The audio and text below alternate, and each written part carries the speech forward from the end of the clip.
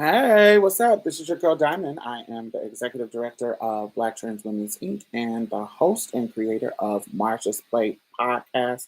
All that stuff is linked in the bottom. I go live every Friday at 7 o'clock Central Time. And today we are going to talk about being young and dumb for the trade.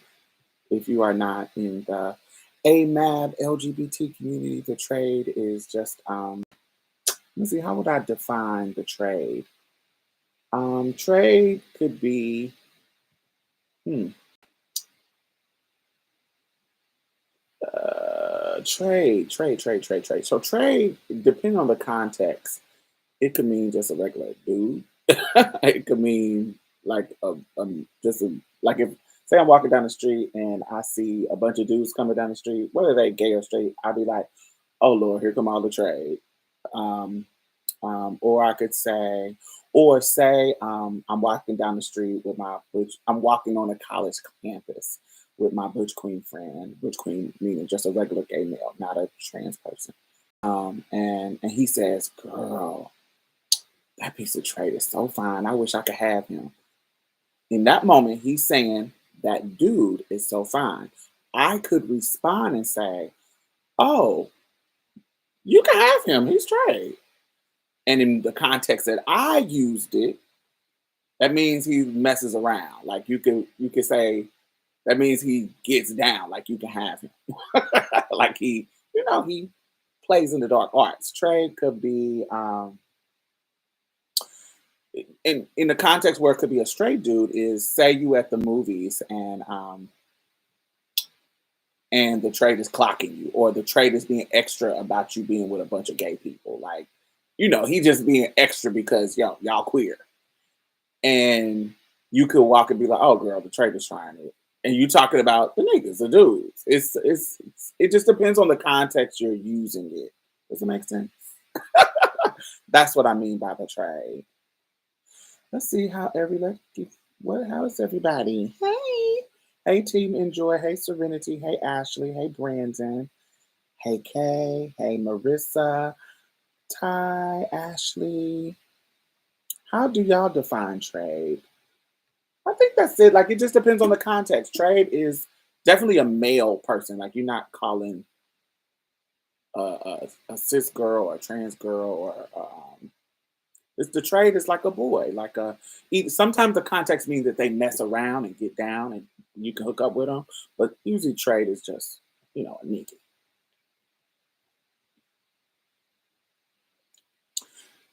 Diamond, January 28th. We need to go live after Janet's documentary.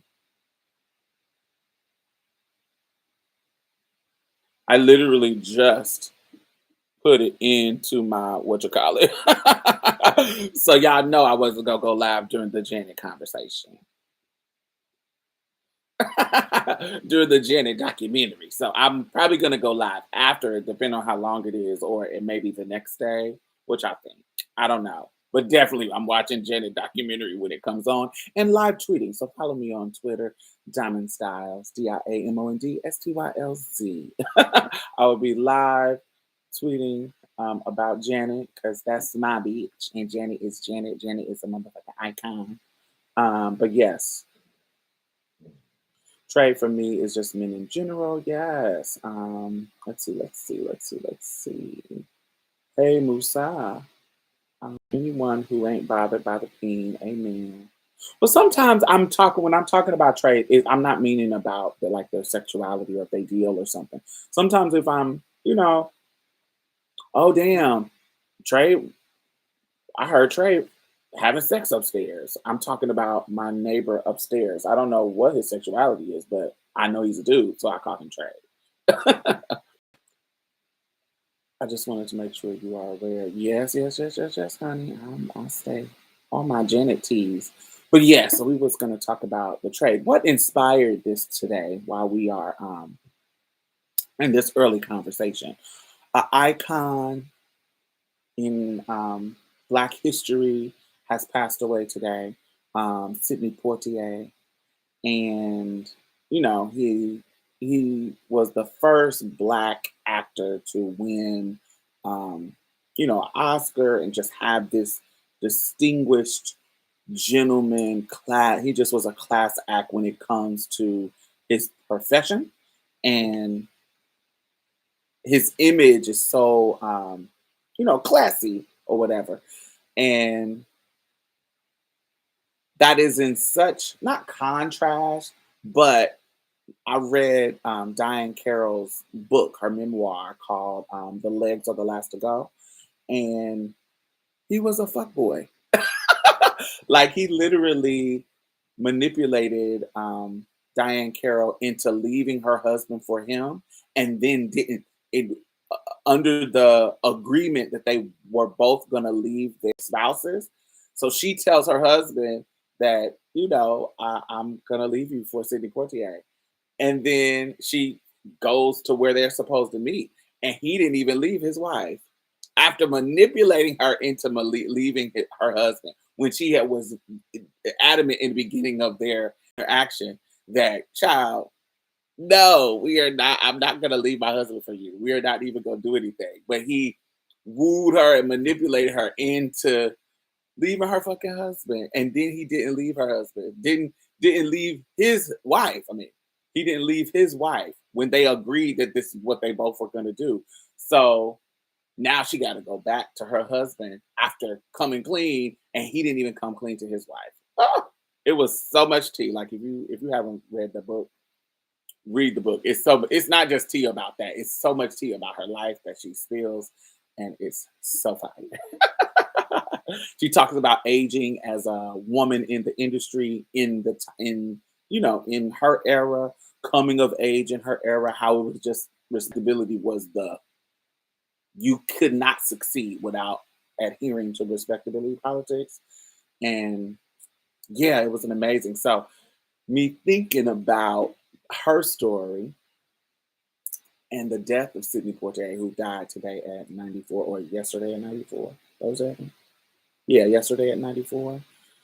Yeah, I wanted to talk about some of my young and dumb experiences where I was being, played by the trade. And that's what inspired this conversation. Well, the story that I'm going to tell y'all. But yes, how are y'all doing? How we've been before we get started? Oscar winning trade. Word. Exactly. We sure did. Diamond stay with the T. I just be reading people's book, honey. I love when the books be spilling the tea because that's them, especially their memoirs. That's them giving you the details about what was going on. We hear the general story because it's the news, but or the political context of their journey, but we don't hear the mess, the old school. When we think about like Maya Angelou, we hear about her award-winning book and her poetry and her speaking at the Clinton inauguration and all that kind of stuff. But we don't hear about when she was a prostitute and stripping. We don't hear about that. So I'll be like in the TT because that's the T that makes people relatable. That makes people, that's the T I want to hear. Like I don't want to hear your perfection. I want to hear your perfection and your imperfection. I want to hear all of that. That's what makes you relatable to me. That's what makes me like you.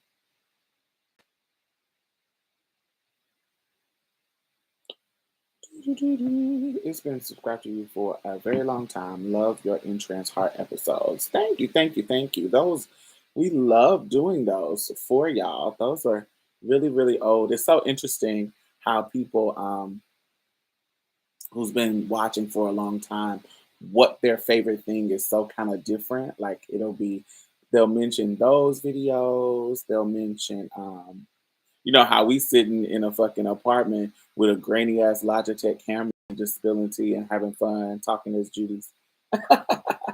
Me and my best friend.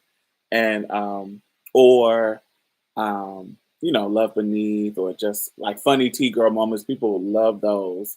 But people don't understand I don't have a lot of funny T girl moments. So I'm gonna run out of material. I got tons of stories about the trade. But the T girl moments, and yeah, it's funny how people what resonated with people. Um, but yeah. I'm so late. I always thought trade was anyone that messes with the girls or the boys on the low. Yes, that is the context, but sometimes the context is you know, you like if you're walking down the street and the trade is trying it. You like, oh, the trade is trying it today, child. Mm, mm. Hey, Diamond, it's been a long time, but the young trade is everything. Mm, yeah. Sometimes the young traders love, sometimes they're late. Hey Vaughn, how are you?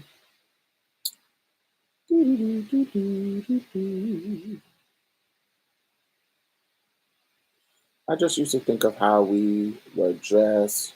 Now that I look back at some of the old videos, I cackle. I thought we looked sick clean. I thought we looked love for the time, child. The young Trey breaking my back. Yeah, I don't really have young Trey breaking my back. Anybody breaking my back is my age. Young Trey can give me some head. That's about it. I'm not. I'm not. I'm not particularly attracted to. No, I know when I see somebody fine, but I like a mature man. I'm not. I like a.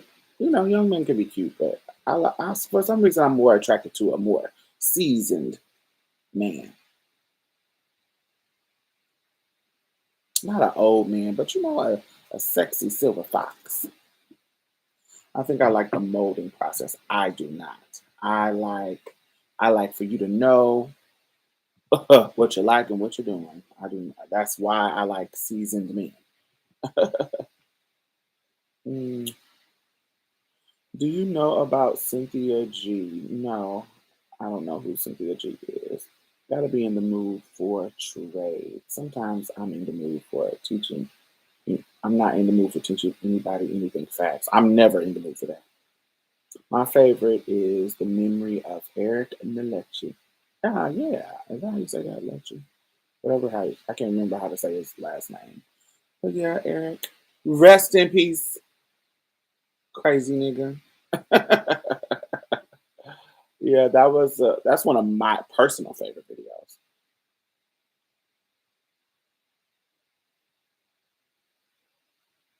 I like Great Grandpa Trey. Ooh, no, I'm not that old.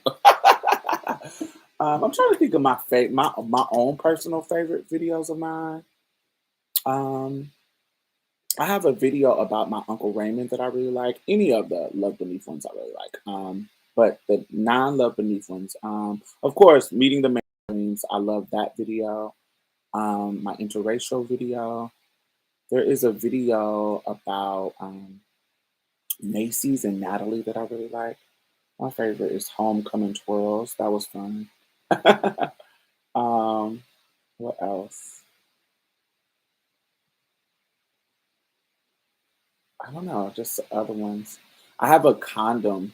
I have a condom video that I love watching because it makes me smile. A video where I'm talking about safe sex and how to put condoms on. It's just silly and fun.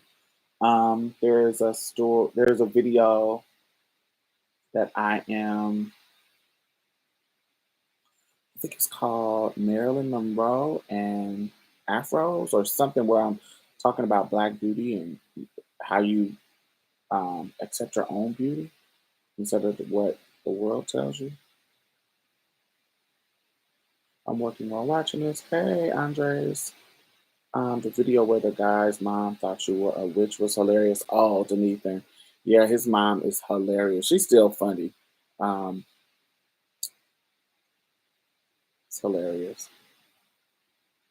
Um, what else? What other videos do I like? Any kind of interview videos. I love bringing people to y'all and having like regular conversations And I love that. I love having conversations with people in the community that are doing something, that are doing kind of doing the work, not necessarily the same work, but doing something that I think is pushing our culture forward. And, they got something going on in their life that I think that y'all should know about. I love talking to people. Not everybody. Some people be wanting to talk, but it ain't right. The pimple popping video can go to hell. They always recommend it, and I refuse to watch. Oh, you know what's crazy about that video, the pimple popping video? That video, they would put that on some random website, and it will just be watched and watched and watched and watched. They will just throw it up somewhere or some random website, just of watching pimples, zits or something, and it will just get all kinds of views. Hey, I'm here for this. I like the video about your black dress. Oh, that's one of my favorite videos too. That's one of my favorite life moments. The woman dressed. I think that's the title of it, The Woman Dressed. I love video when you went to the club with the cousin Bonnie. I think that was named Bonnie Louise and Snakes or something. I think that's the name of that. But yeah, I think The Woman Dress is like also one of my favorite videos. Oh, y'all might not know this one. Well, not that y'all might not know it, but y'all, it's called My Last Girlfriend or My First Girlfriend or something about my girlfriend. It's something about my last girlfriend. And I think I was talking about, I couldn't have been talking about Kiana, but I think I was talking about this girl named Kiana. That was my girlfriend when I was like 10.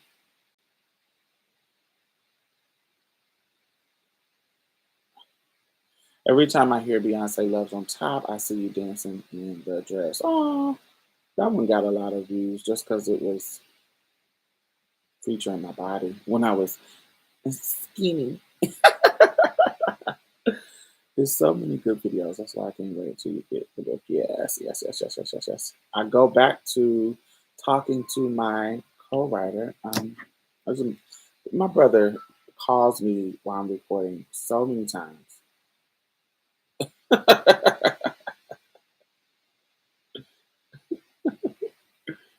Here go Diamond, not being done for trade.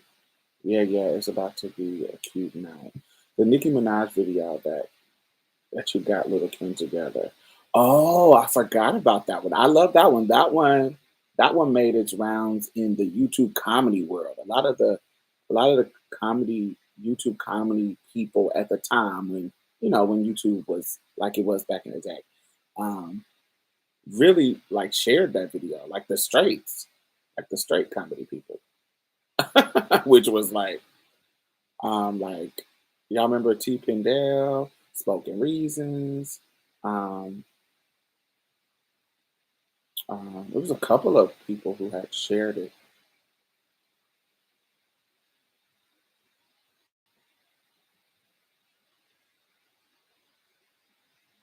They waking up gay and getting on our apps. The young trade be dirty though, under 25 years old. Oh yeah, I don't know. Where you at? Cause that's not. I don't know where you live at with all the young trade is dirty. That's not my ministry with the youngins. It's it's disturbing how many of them don't even know what a douche is. Oh, I'm not purging the young trade. No, see, that's why I don't deal with. Yeah, I don't know. Charlotte, all the trade in Charlotte is dirty child. Ooh. But yeah, that's why I deal with seasoned people because that have some experience. They gay now for no reason. I don't know. All right, so let's. How can I? What was I at the time? This was probably hmm, this is 2004, between 4 and 5.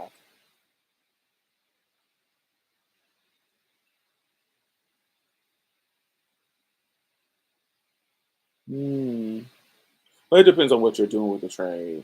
If you're talking about the magician, I don't know. But as far as like hygiene, I don't deal with men who don't have good hygiene. So young trade that I meet, usually, like if I like their look, usually their hygiene is right because their look is right. Like now, if you talking about picking some dusty dude off the bus stop, and maybe so. But dudes that I meet, if I'm attracted to them, they usually clean.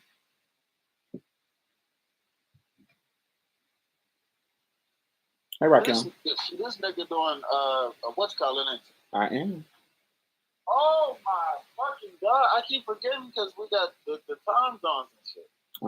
At 7 o'clock, 7 Central, every Friday. Damn! But I thought to tell you, tell me why my shit came in 3 weeks. Your passport? I'm so pissed off. You must have paid the expedition. I Yes, told you. That's why I told you not to do that. I did not tell you. You didn't listen. my I shit came 3 weeks to the day. I told you. When I ordered mine in September 10th, it came immediately, like 3 weeks after that. And the man at the post office told me, don't pay the expedition because you're not going to get it faster Well, anyway. I told you. that's crazy. But got my shit. Love you. Love you. Yeah. All right. He doesn't listen. He's so hard headed. So, nah, he should be coming from work. I don't think he's tipsy. Not at 7.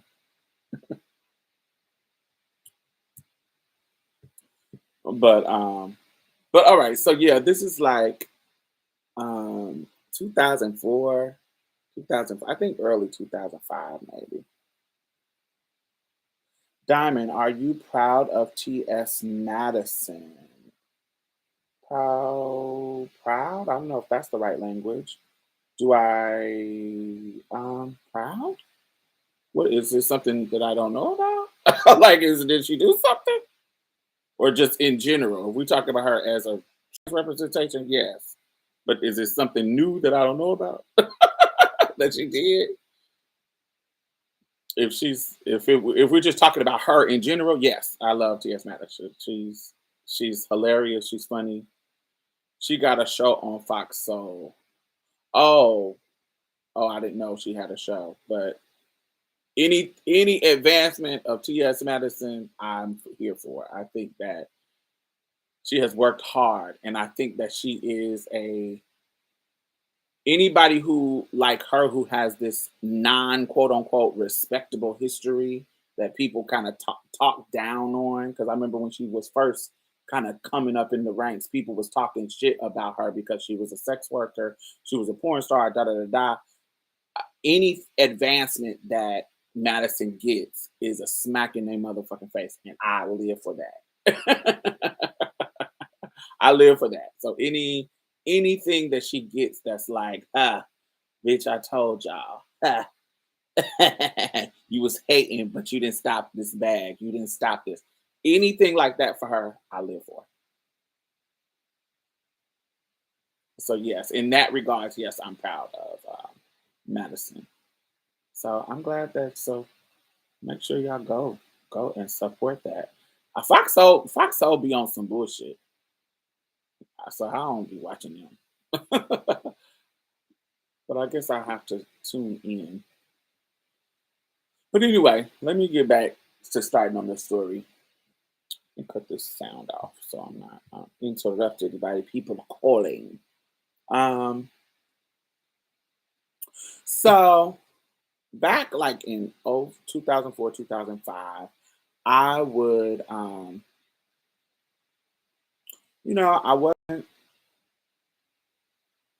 I was just getting out of a shitty relationship, and not I don't want to call it shitty, not shitty. It was just a tumultuous relationship of amazingness and shittiness. It just was one of those relationships that had its super super highs and super super lows, and we were coming out of it or whatever.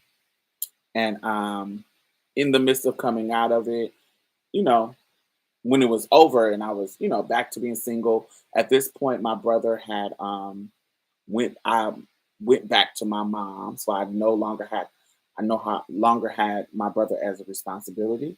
So I am, I'm living alone, I'm doing my thing, whatever, escorting, all that kind of stuff. So that's what I was doing. Um and I had recently lucked up and got a car. I didn't have a license, but but I lucked up and got a car. I knew how to drive.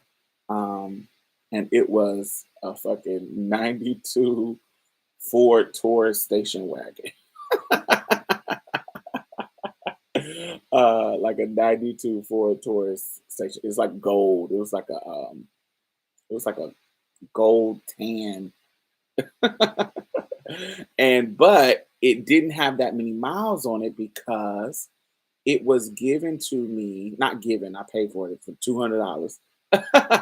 The lady who owned it was an older woman who was married and her husband had passed away, and they had like 3 or 4 cars, and she had this station wagon that she didn't use too much in the garage. And so when her husband passed, she was just kind of in this mode of getting rid of stuff that she never really used. And so the station wagon, even though it was from 92 and this was 2004, it did not have, was it 92? It wasn't 92, it was 98. Not, it wasn't that old. 98. Um, and this was 2004, but it didn't have any miles on it because it just stayed in the garage. And so she went to church with my gay best friend Mario at the time, and Mario called me and was like, "Oh, one of my church mothers is selling her car. She's selling it for $200. You want to buy it?" And I say, "Sure, for $200." And so in this moment, I'm like, "Well, I don't have no license, so I don't." I'm like, how am I gonna get the car and I ain't got no license? I didn't know understand the car concept because I had a car, one car before this. It was my very first car was like a brown Oldsmobile. Child, I was taking a piece of trade that I didn't even fucking want. Like this was like a tranny chasing trade that I didn't. I'm going back and forth with different stories. But this is a tranny chasing trade that I had brought home with me.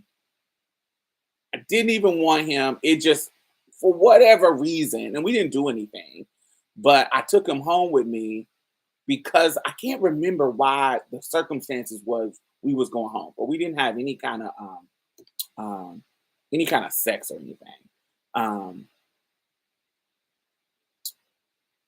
but when I was taking him home, my very first car, which was a brown '88 Oldsmobile, I I get in a fucking car accident where somebody fucking hits me as I'm making a turn, and it tears up my whole side of my fucking first car ever. So fucking annoying. I was so pissed off about that. And it was like, oh my God, I didn't think about getting another car until this moment. And it was Ty, it was Desmond's ass. Desmond with the waves. That's who I was taking home when he lived all the way out on Washington. And it was wild because we didn't even do nothing. We was literally in my house just talking and chit chatting. And all night, like we had left the beat and went back to the house and went and stayed up all night talking da da da da and drove his ass and I drove his ass back to his house. And when I was coming home, the fucking somebody ran into me. And because I didn't have a license, I hit it. I keep going because it doesn't stop the car from running or whatever. And and when I get hit, this fucking truck, this don't got nothing to do with the story that I'm gonna tell y'all, but this is a side story. When I got hit, these white people in this truck was following me to try to like snitch on me, calling the police on me. Wow, because I'm the one who got hit, but because I didn't have a license, I moved, zoomed on off. Uh, and they were following me to try to get to tell the police that I zoomed off. Bitch, I had to pull my gun out and point it to these motherfuckers to get them to stop fucking following me. Like I pointed the gun up at their truck, like, bitch, why the fuck are you following me? Motherfucker, get the fuck on. And they skirted off. It was hilarious. But anyway, that was my first car. So my second car was my gay homeboy was like, my church mother got a car that barely has been driven and she only want $200 for it. Do you want it? You gotta go get it right now if you want it, because it's $200. Somebody gonna buy it. So I went there right at that moment and bought the car. And it was clean. It was always in the garage. You got results fast. It was clean. It had just been in her garage, just kind of sitting, and it was just a shiny tan gold station wagon, and it was perfect because we could go to the grocery store and fill up the bag, and it was really really cute or whatever. So I had got this car. So and where I stayed, I didn't really go tons of places outside of my neighborhood. Like we would go to the grocery store, we would go, and we didn't live far from. I didn't live far from. I say we because it was tons of between this time period. There, Ty lived with me, my boyfriend lived with me. It was people. You know what I'm saying? I'm saying we because it was people. And we didn't really go to a lot of places that weren't close.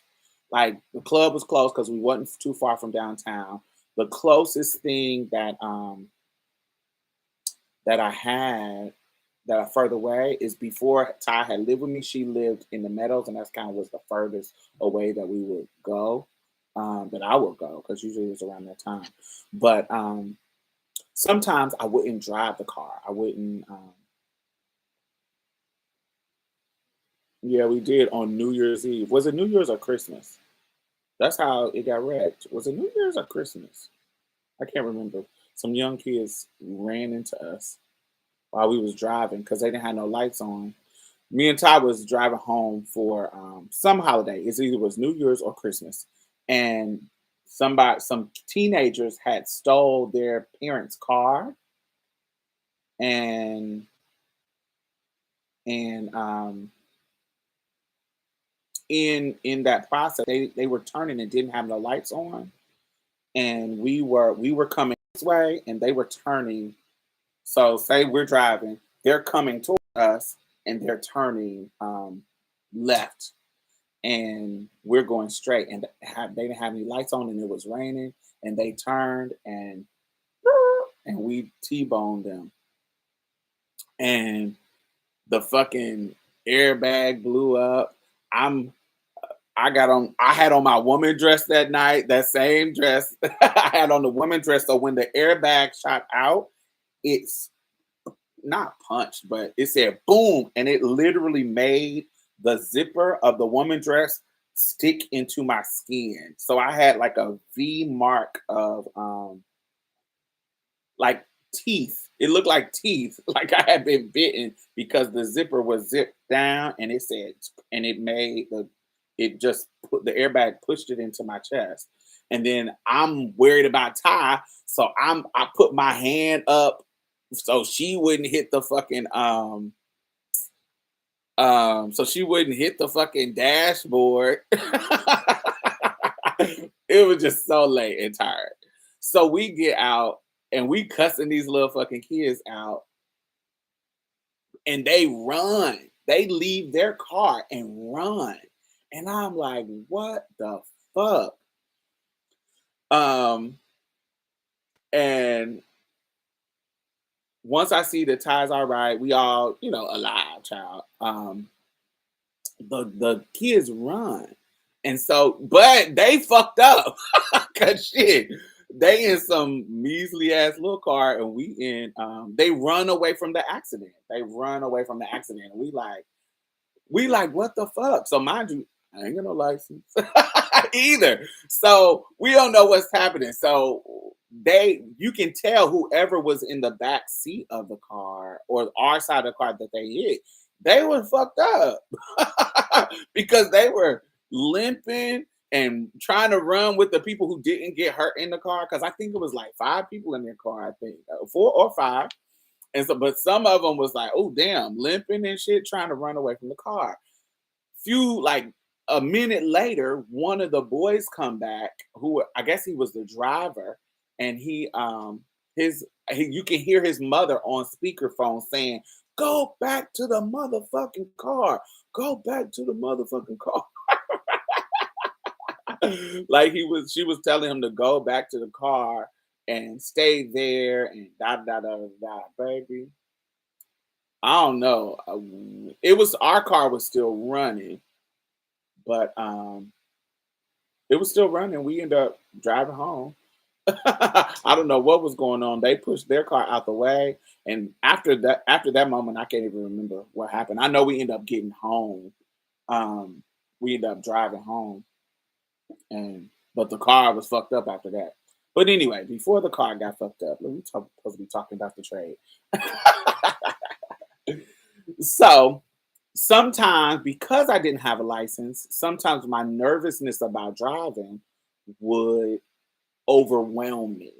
Like sometimes I'd be like, fuck it, I'm gonna ride. Da, da, da, da. But then sometimes I'd be like, oh, I'm nervous. Police is hot. I've been seeing tons of police. I'm nervous. Da, da, da, da. I ain't gonna be driving. So sometimes I get on the bus and go where I need to go.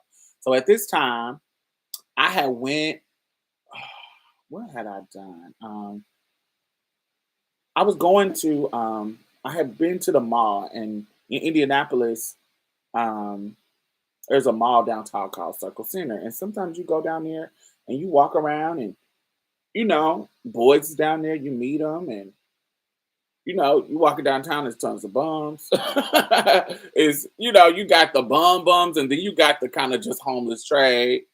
You got you got the regular trade that just on the bus going back and forth to work. You got grown trade. It's like any fucking transportation, local transportation, bus or train. Everybody, you're gonna run into all the gamut of people when it comes to where I go downtown Indianapolis. So I had gone to the Circle Center Mall, and I need to get back on the bus. So I'm walking the towards the bus stop for me to go home. And I drove the 14, not that y'all care. But at the time, I drove the 14, the Prospect Place 14, and it would take me by my house. And so when I was walking towards the bus stop, and this dude comes out of the CVS not far from the bus stop, and I bump into him, and he's like 6'3.5", like 6'3", 6'4", and he is just beautiful. He's just a tall, handsome, beautiful, sexy lips, brown skin, like a dark brown skin. Um, he got on like this red hat. He got on it's wintertime, so he got on this leather coat, red hat. Like this is early 2000s, so these niggas are still wearing extra extra baggy shit.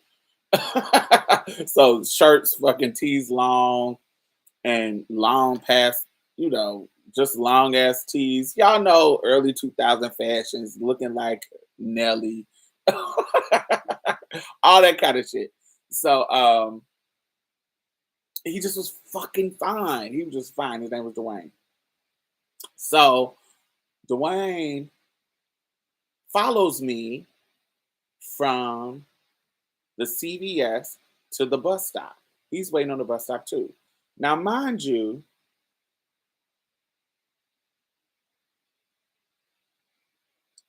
sometimes trade is how let me see. Sometimes trade a bullshit. Trade will act like they don't know your tea and they know your tea.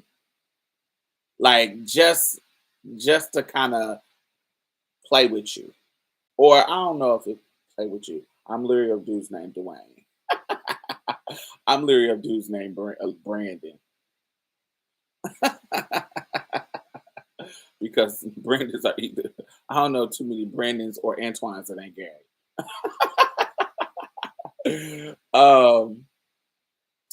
But so I wasn't in that moment.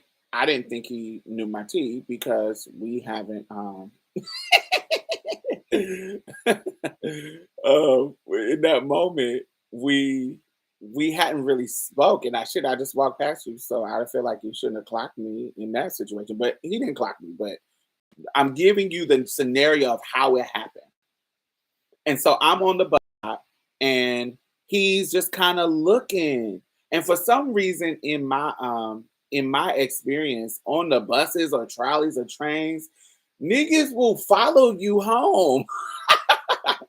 Either you could be by yourself. I've been with my friends, like me and Todd have been somewhere, and nigga Trey follows us, get on the bus with us and follow us home, all shit like that. This is not abnormal. Because we were, we were hot little young tenders, honey. And so he sits next to me. There's where this is, it's like by this fucking building, and there's this big ass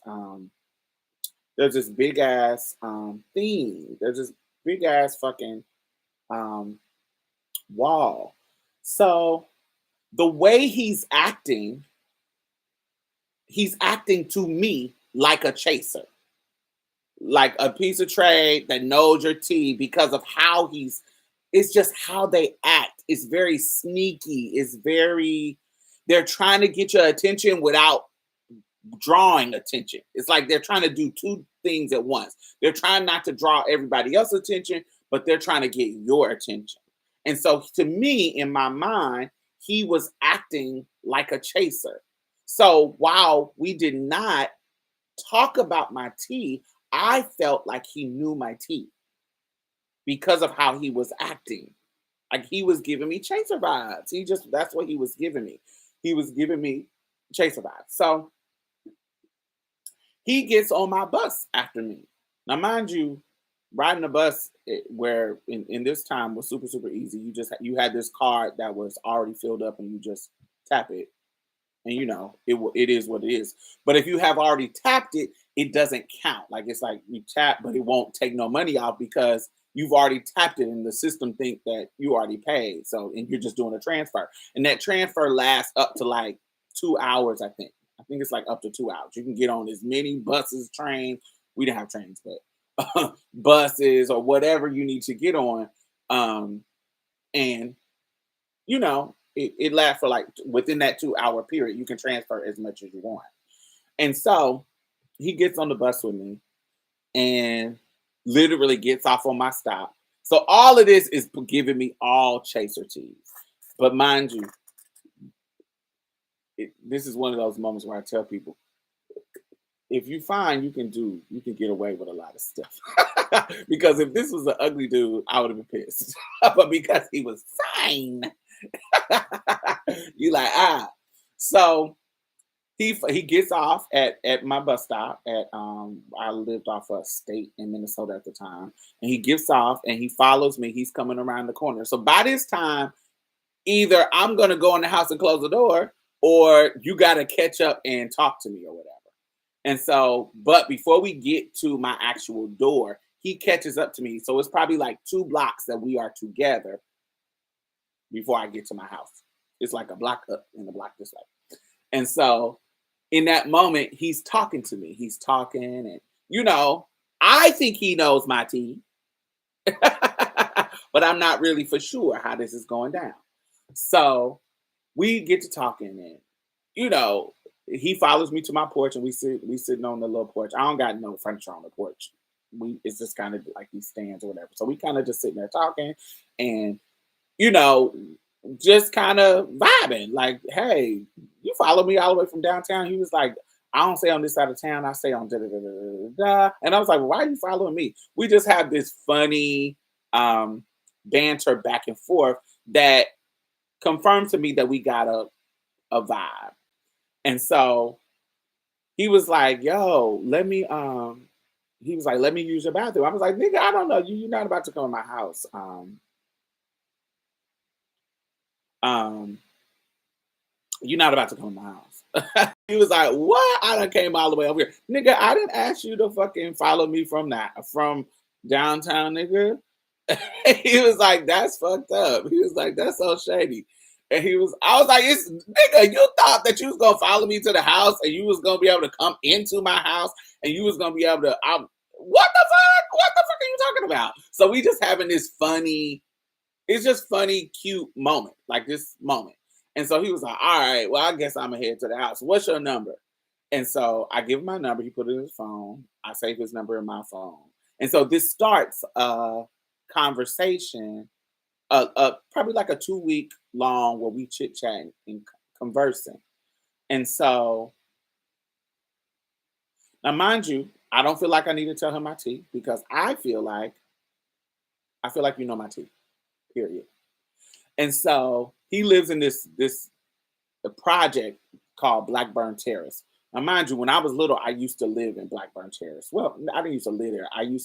My babysitter, which is my stepdad's sister, when him and my mom would go to work, his sister would babysit us because she had kids and she was at home in the projects on Section 8. And so she could babysit us, and my mama and stepdad would pay her or whatever. So I was with her kids, and so I knew tons of people in Blackburn Terrace or whatever that knew me growing up.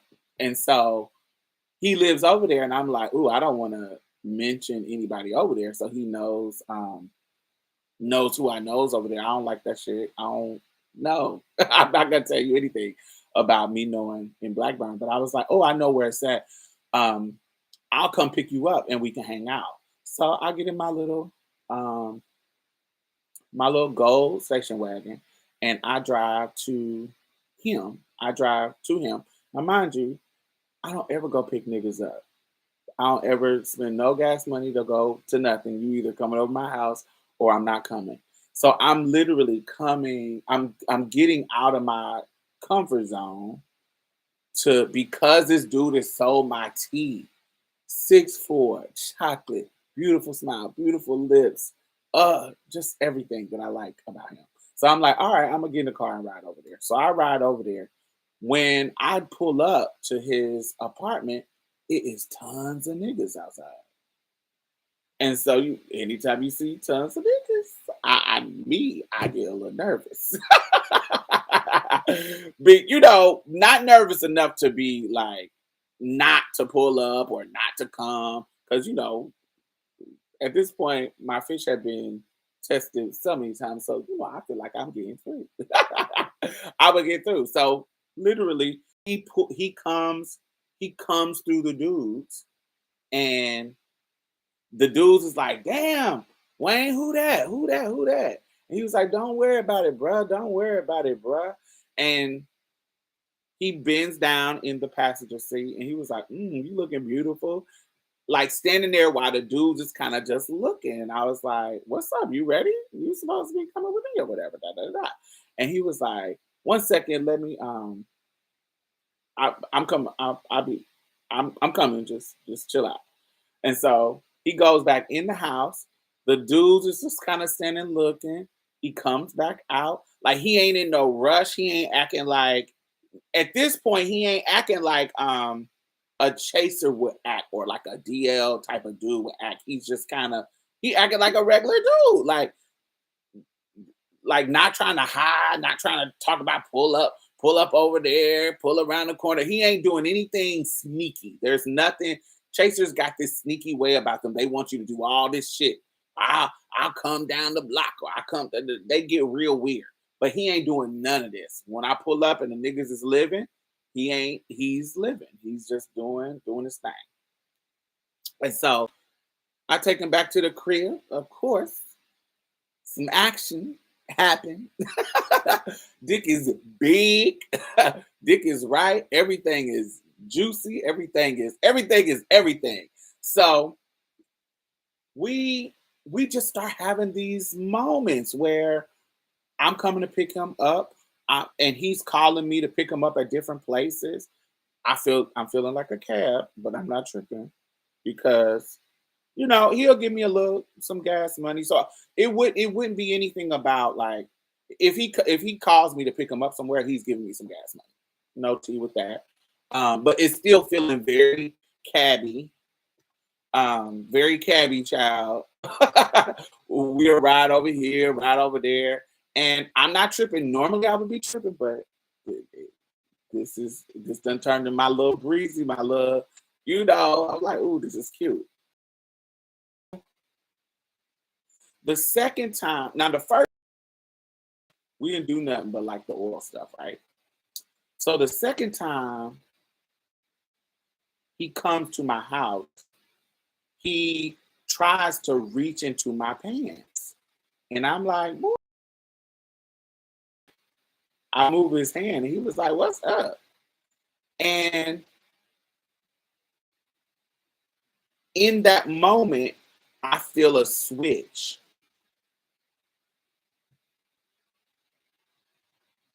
I've seen your head skills long time ago. You is being real extra. You being extra. Um, in this moment, I feel a vibe switch. Like there's up. Something's up with the vibe. Like there's some type of vibe switch. And he started to ask me weird ass questions like, do I have like why don't I have no kids? Like clocking questions. Now, mind you, I told y'all this whole time I have felt that he has known my tea. I have felt that it was on some chase, not chase. He just wasn't doing the normal. He went like when we first met, it was some chaser teas, and then he wasn't doing the chaser stuff. It just I really couldn't tell what was up with him. He was blowing my mind, but any kind of red flags or any type of clarity was not got. It was not got because I was mesmerized by how sickening he was. So I wasn't asking no questions. I was making a lot of assumptions, and I assumed that he knew my teeth. But from his perspective, this is actually the moment that he figured out my teeth. Like this moment, this second time we hook up, from what he told me, he was like, "This is actually the moment." That's when where it was in my mind that this could be a trans woman. So I'm gagged because when he starts asking these questions, I'm like, these are T pulling questions. When Trey get to asking you why you ain't got no kids, when they asking you, just different questions where it's like, they saying these little things like, all this kind of stuff. So I'm like, what? Like, so I was like, you don't know that I'm trans? He was like, hell no. I was like, what? What? So now this turns into a moment where am I gonna have to twirl him? Am I gonna have like what's up? But he don't like get up or whatever. He just totally start to flip. He start to not flip in a violent negative way. He just was like, man, I ain't never been in this situation before. This is crazy. So I'm thinking, oh, you on some bullshit. Like I'm thinking like you got to be lying. Like I'm because Trey will do that. Trey will lie about not messing around. Trey will lie. At this point, I'm not. No, I'm young. I was in my 20s. Um,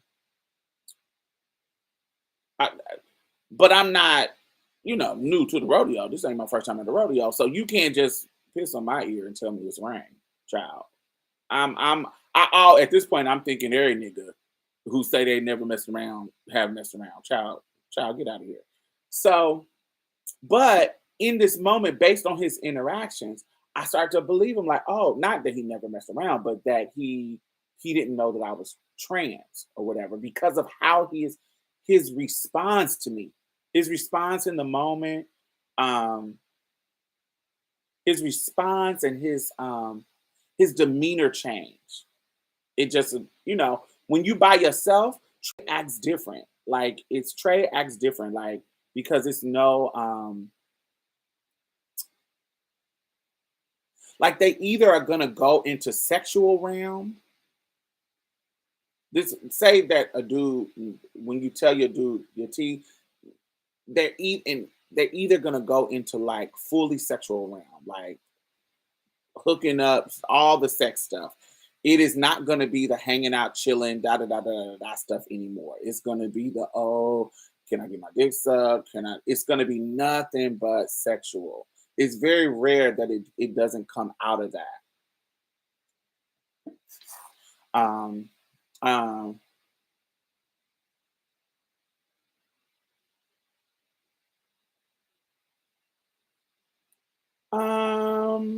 no, I think it's very possible to not know a trans woman T. Of course, it's very possible. I I know there are moments that just based on living life. There's moments where you can like, oh, okay, you can just tell. You can just be like, oh, you're the interaction because at this point when I tell you my T, you know it. So now what is your response? So he told me to bring him home, not because I had picked him up.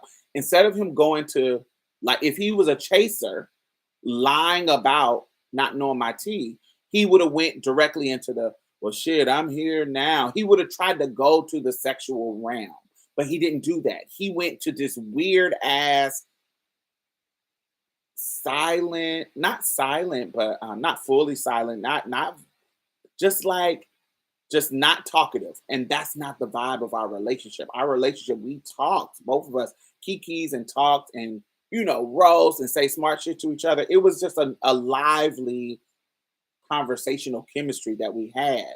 And so when I tell him my T, it flips to like a weird, not anger. It's just a weird, like he was uncomfortable. Like, I've never been in this situation. This is strange to me. I'm ready to go. And so he asked me to take him home. So we driving back to the projects, back to the projects, and he's like, and then he says, yo, drop me off over here. Now he's doing the scary, I don't want people to know shit. Don't drop me off. Any other time that I have engaged with him, it was never no kind of hiding, drop me off away over here. But this moment he does it. And so it's like, ooh, like, oh, he really didn't know my T. It started to be like, oh, you didn't know my T. So didn't talk to him no more for like maybe 6 months. But I did run into his homeboy. So his homeboy that he saw me in the station wagon at uh, at the Blackburn Terrace. His homeboy was there, and he saw me later on, maybe like 3 weeks after this weird moment with him that I took him home. And he saw me at the Circle Center Mall, and we exchanged numbers, and we talked, and da da da da. So he ended up coming to my house too, because he's hot. But I don't remember. I didn't engage with the boys, so I didn't know any of them boys. I was coming to pick him up, but he remembered me from that moment, and he was telling everything that old boy was telling them. So he he was telling them that he thought I was a piece of fish. He was telling them that I was 32 and I wasn't 32. I was 24, like 23, 24, somewhere around there. He was telling them that I was 32 and that um that we were talking. I was the chick that he was talking to.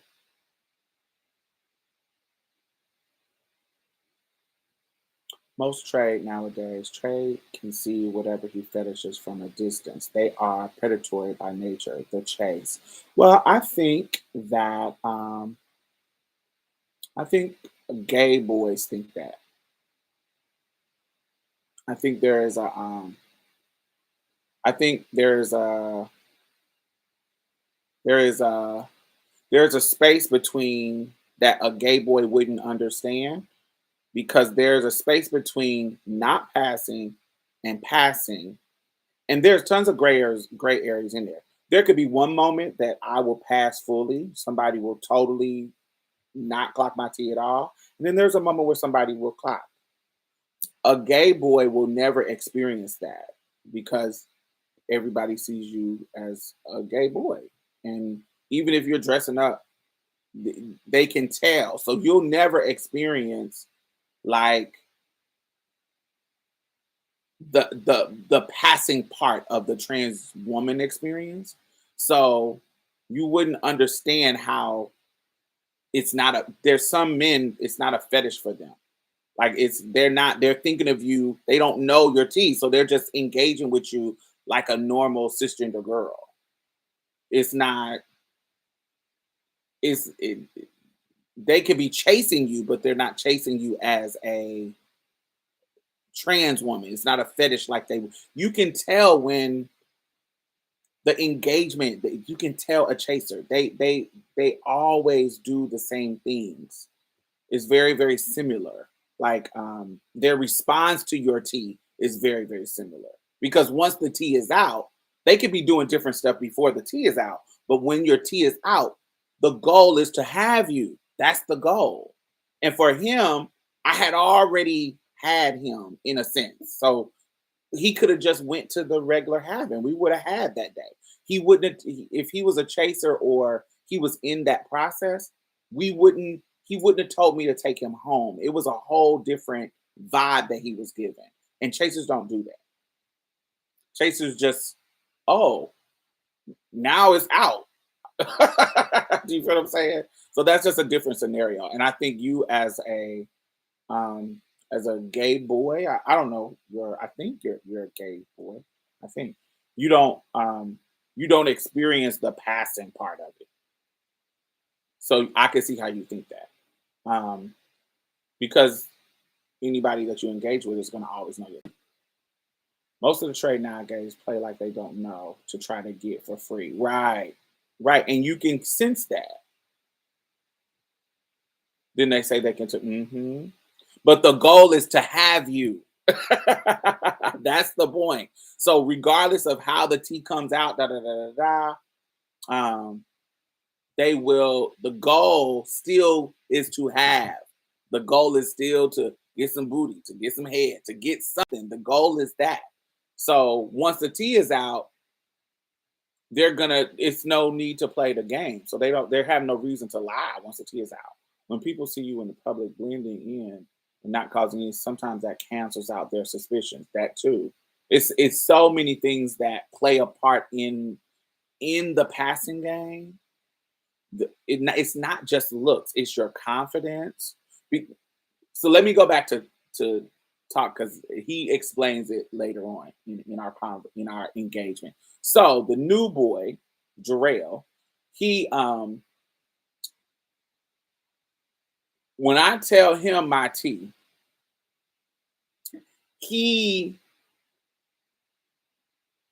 he gags or whatever. He gags, and but we end up hooking up anyway. He doesn't.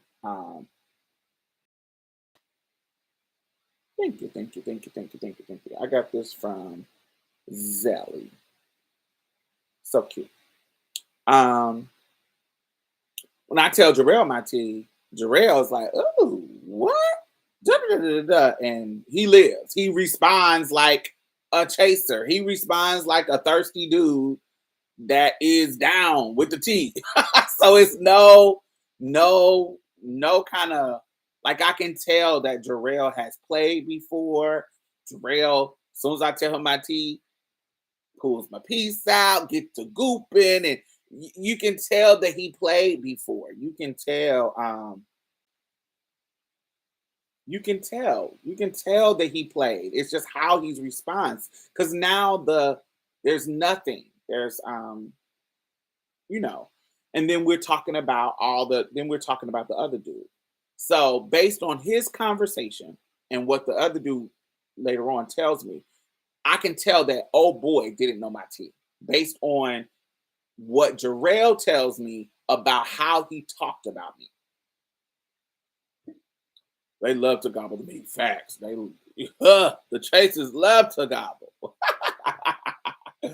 And so I end up running into Dwayne again.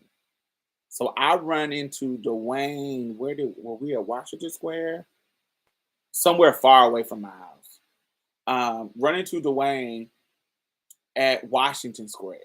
And so he sees me. I'm looking sick because if I'm going to a mall, I'm going to be done up. So he sees me. I'm looking skinny. I'm looking sickening or whatever. Not skinny. I was smaller. And when he sees me, he texts my phone. And he was like, I see you at Washington. What he texts me, what's up, stranger? I see you up here at Washington. And I say, oh, you done acting funny? And he was like, yo, like, what you mean acting funny? I'm like, I was like, nigga, we was kicking it hard for like 2-3 weeks, and then you don't fucking you stop talking. Once I tell you I'm trans, you don't even fucking stop. You stop fucking talking to me. And he was like, man, that shit was weird. I ain't never been in that situation. How you expect a nigga supposed to act like that after finding out some shit like that? I'm like, nigga, you supposed to be normal. What? I mean, how the fuck you think? I'm still the same motherfucker. Like, why you? And that don't mean you stop saying what's up. We can't be cool. And he was like, yeah, we can be cool. I just didn't know how to handle that situation because I ain't never been in that situation. And it just was a whole mind fuck that I had you coming over my house and shit. But what if motherfuckers would have saw you and da da da da?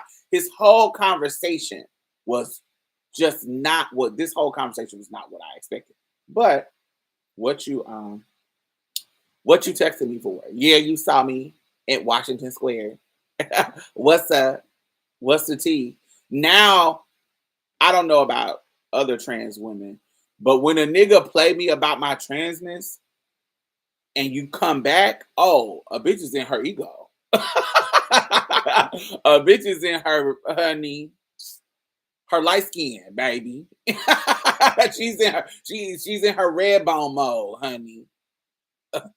Ice cold heart, stuck up, all of that, baby. What's up?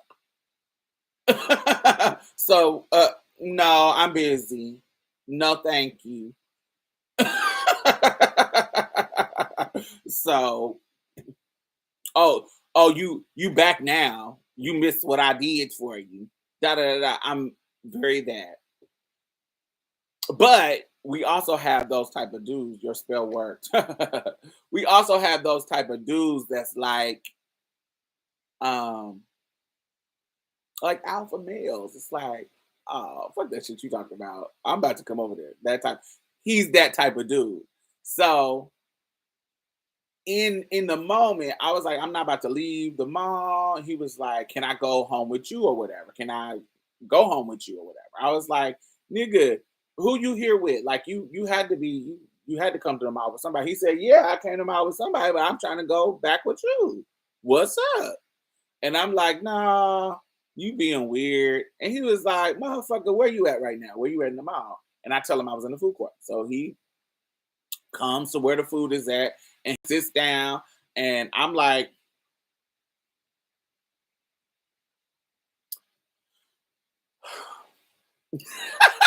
being real extra, like, oh, nigga, please. And he was like, all right.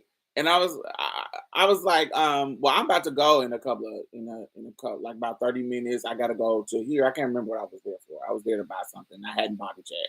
And he was like, well, I'm coming with you. And I was like, no, you're not. And he was like, yes, I am. And I I basically the back and forth anyway. He ended up coming with me. He's following me around the mall and with me while I shop, not tripping, just very kind of observing me and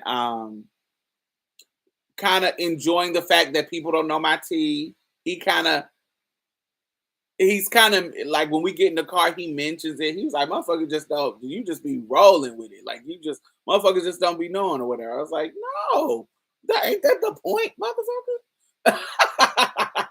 And he was like, "That shit's crazy." He was like, and we just had this long conversation. So this is the point when we get back to the house. Um, this is the first time that we do everything like binky, binky, binky, binky, binky, all everything. So shit is just fire. Shit is just everything is just on point. He gets back to normal. He's um he's treating me like he did before. Just now he know my teeth. Now he's still doing this weird ass scary shit. I want to say what you buying me.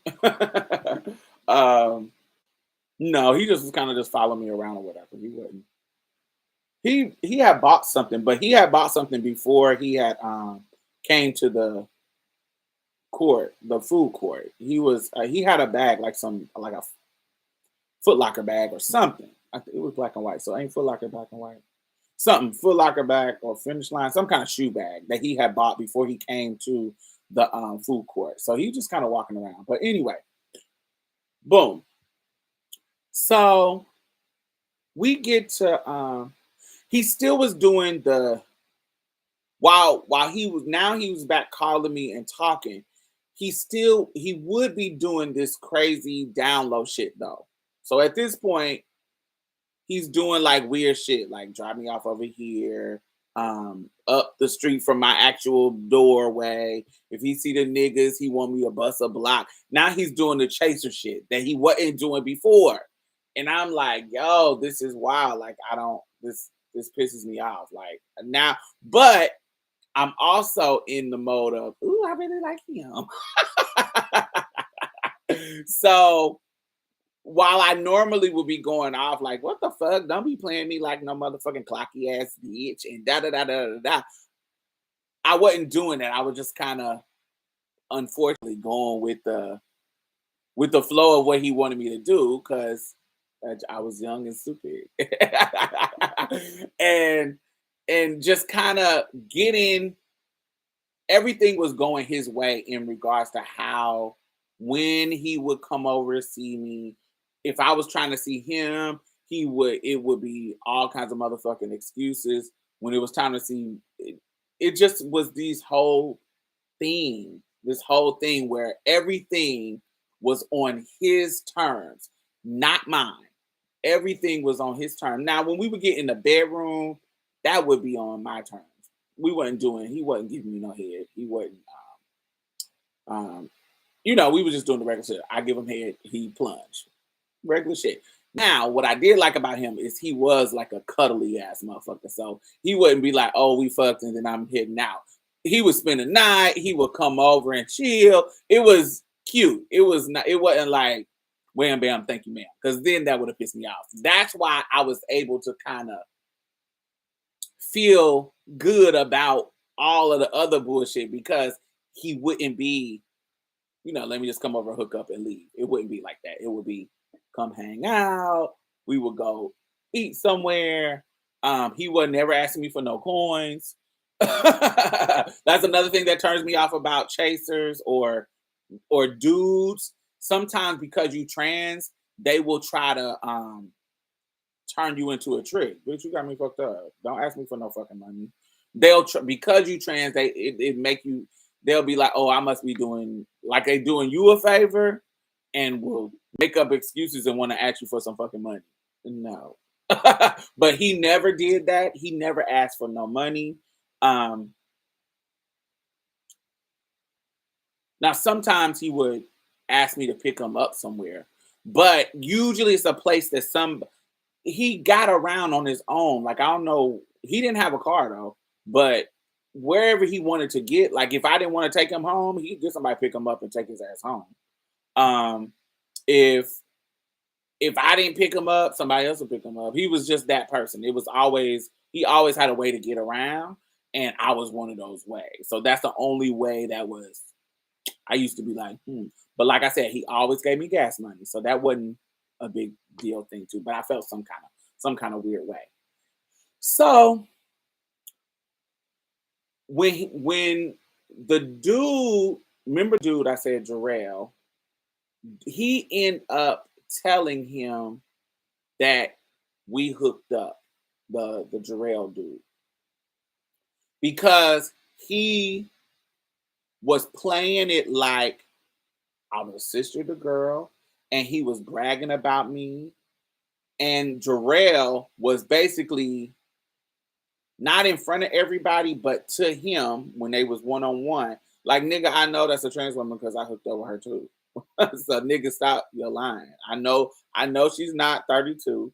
I know that where she stay at, she stay da da da. So he starts spilling the tea. Now, mind you, I'm pissed off because nigga, why are you telling our business? Why are you kissing and telling? Like, why are you even discussing what me and you did when we only hooked up one time? It wasn't sickening. It was,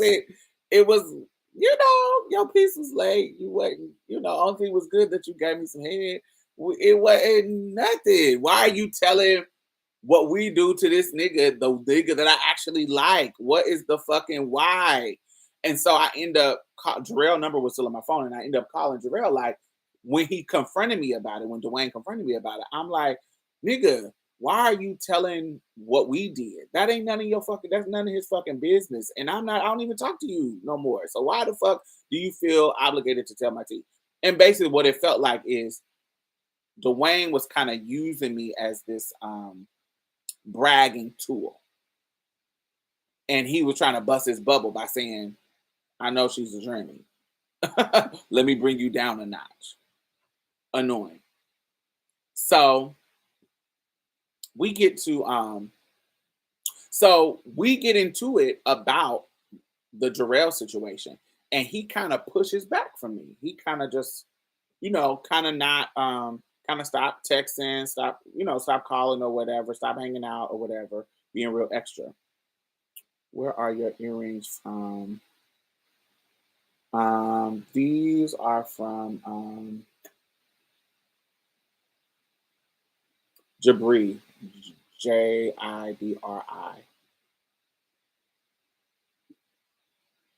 Yes. Um, so so he stops talking to me. I'm devastated. I'm annoyed. I'm like, oh, why are you this fucking ragamuffin that I didn't even fucking really like?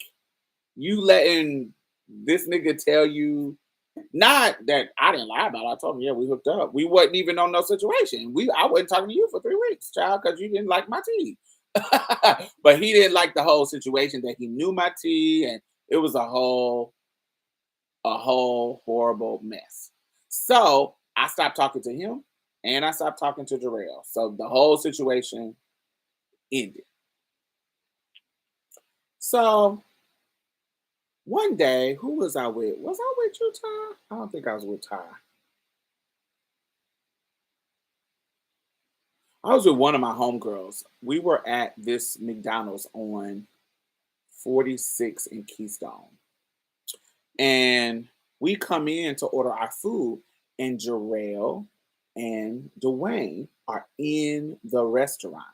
They are sitting down eating McDonald's. And so I come in with, God, I don't think it was you. Was it, Ty? It might have been Tori.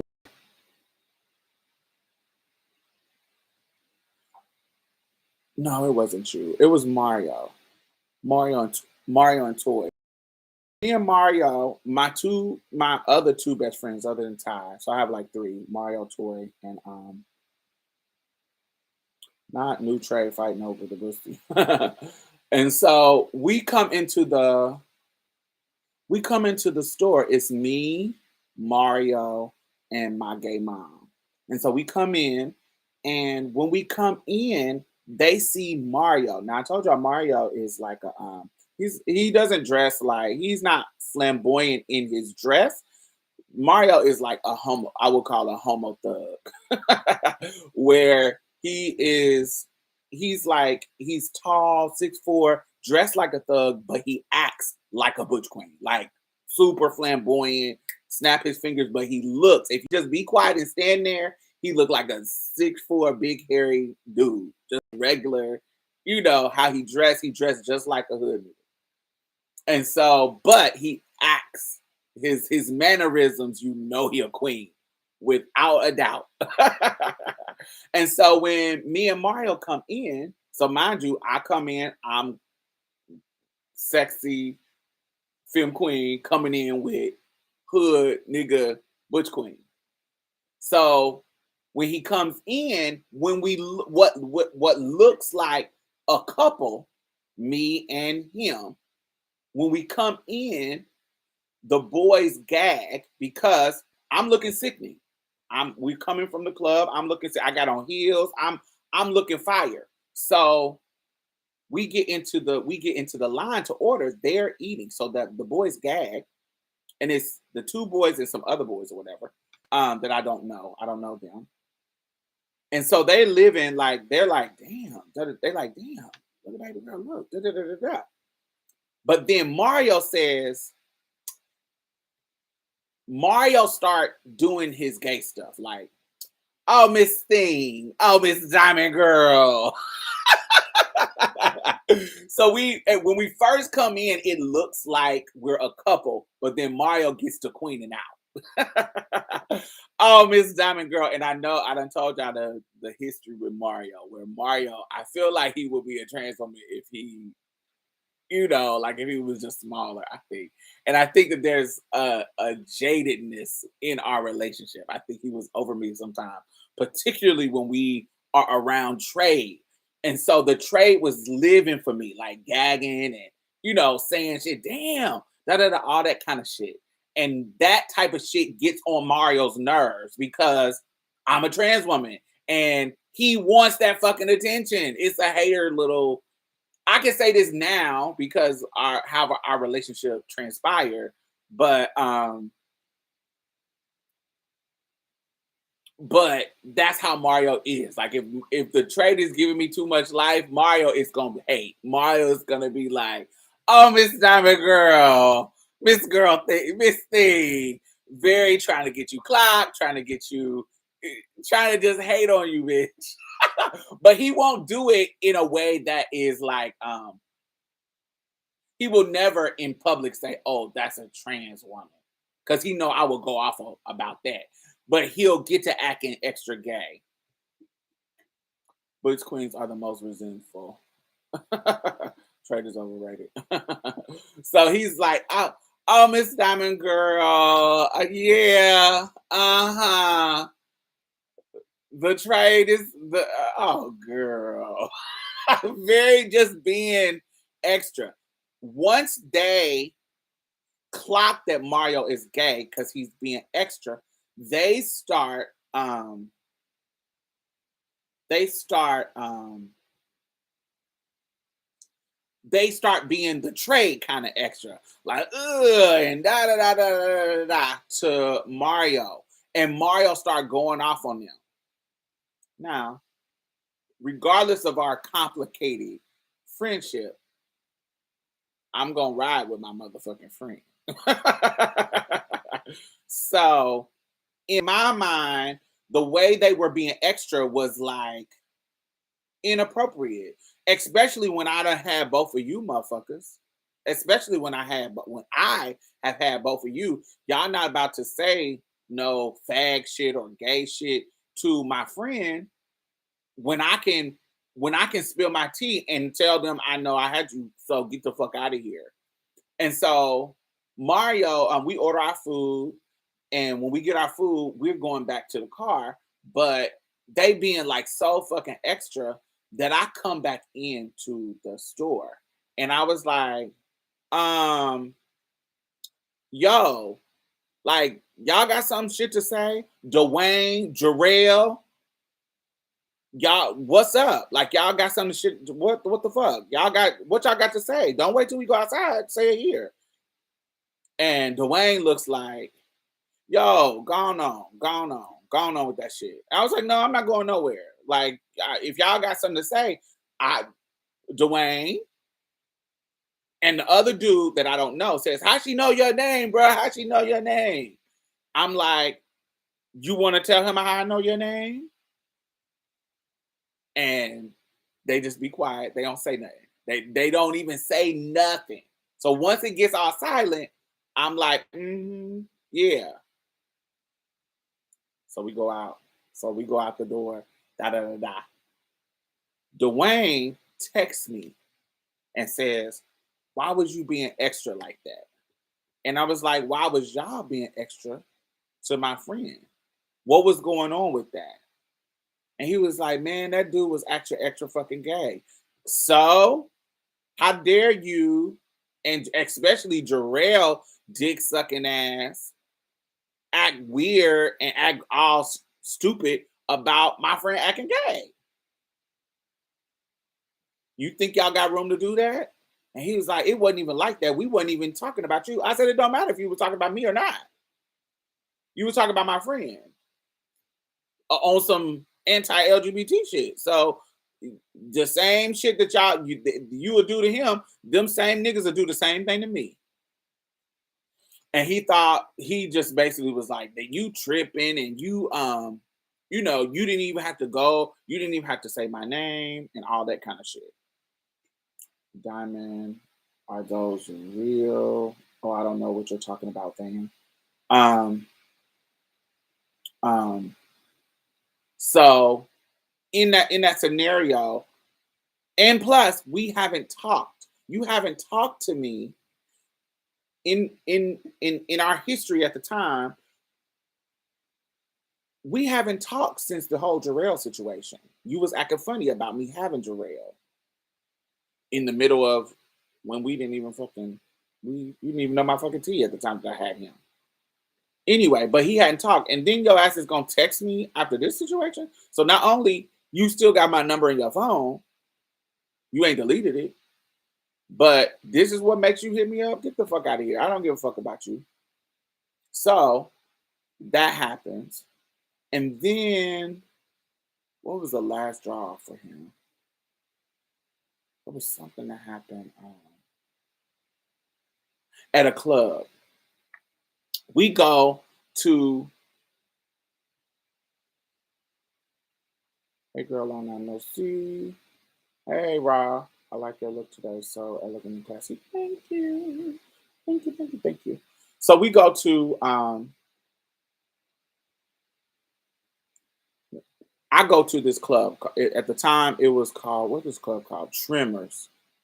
Tremors, yes, it's out west. Tremors is like, at this point in the city, this is like the hood, young, big club that everybody go to. You remember Tremors, Ty? Tremors was yeah, it just was this big ass like I don't know how to describe it. Just think about a big ass club that all the straight people go to. And it was kind of, it wasn't upscale, but it was like Trimmers, you go in and it rarely was some fights on the inside, but baby, don't be outside on the parking lot because that's where they're gonna be twirling at. So you go to the parking lot and get your car and go. But on the inside, it don't really be. I don't remember it ever being any twirls there. But this is the Pop and Straight Club. So this is also where all the trans girls, if they were, if they were had any kind of ability to pass, this is where they would test the waters out to see, honey, is you getting through? Is you getting through? Because, honey, the dudes will let you know. I definitely remember Tremors, right? And so, the girls, if you want to do a straight set, this is the one. This is where you go, and if you get through, you get through. If you don't, it's gonna be a mess. So I go in there and Of course, I'm getting through. I'm getting my life. And who was I with? I wasn't. Who was I with? I think I was with um cisgender girls. I'm about to say fish. I'm about to say fish, but I think I was with cisgender girls, and we were going out Yvette. Yes, I was with this girl named Yvette, and we go in there, and Dwayne is in there, and so he's looking, but he's not saying nothing. You know, no kind of weird moment. I'm with the fish, so when you with the fish, the the tray get real weird when you with the cunts, honey. They get real weird when you with the cunts. And so he's not saying nothing to me. He's looking, but he's not saying nothing to me. All that kind of shit. Um, and my homegirl sees him, and she's like living for him, like trying to go after him. So me being the person that I am, I'm not about to be like, oh no, I talk to him. I don't tell cisgender girls nothing about no trade. Never. That'll get you killed. Well, motherfuckers love to act like not telling your tea will get you killed. What'll get you killed? Telling some business to fish. That is what'll get you. That'll get you wore out more than anything, because that includes somebody else. Because usually when you have problems with men, when it comes to your tea, it is when other people know, when other people are engaged with the situation, when other people are involved. When it's just usually if you tell your tea to a dude, or a dude clock your tea in the middle of the moment and it's just you and him, even if he's not down with it, it don't turn into any kind of violence. It doesn't turn into any kind of a situation. Like they usually either be like, that's not my thing, and leave you alone, or they're like, ooh, well, I'm here now, let's do it. And you don't ever hear from her again. Or they like, oh, I did this before, let's do it. It's one of those three things. They either be like, nah, that ain't my thing, and come back a month later. Or you never they say it ain't their thing and they don't get down, and you never see them again. It's never really, oh man, I want to puff up and be angry and violent when they by themselves. When they the reaction to men's reaction alone is total different. A lot of men's negative responses is is usually based on how they think they're being perceived to the people around them, either to the women, the cisgender women, or to their homeboys. It's they men. It's something about men that I don't know, like their cisgender men. That's because I be seeing butch queens like this too. So I don't know, but cis men that I engage with, usually they really care about their reputation. Um, they really care about reputation and all that kind of shit. And if you're watching, make sure you thumbs up. I'm seeing like almost 70 people in here. Hey, it's usually like 50. Now it's like 70. Um, but make sure y'all thumbs up if you're watching. Um, so that's usually my experience. It's usually when you involve other motherfuckers. Like I remember that gay boy. Remember Ty, that gay boy that was rest in peace, Niecy, facts. You remember that gay boy that met the Trey on the phone chat line, and he took his girlfriend with him, his cisgender girlfriend with him to meet the Trey, and the Trey killed both of them and burned them in a trash can, like burned them in a dumpster. No, in a van. He killed both of them and burned them in the van. Fish and the Butch Queen,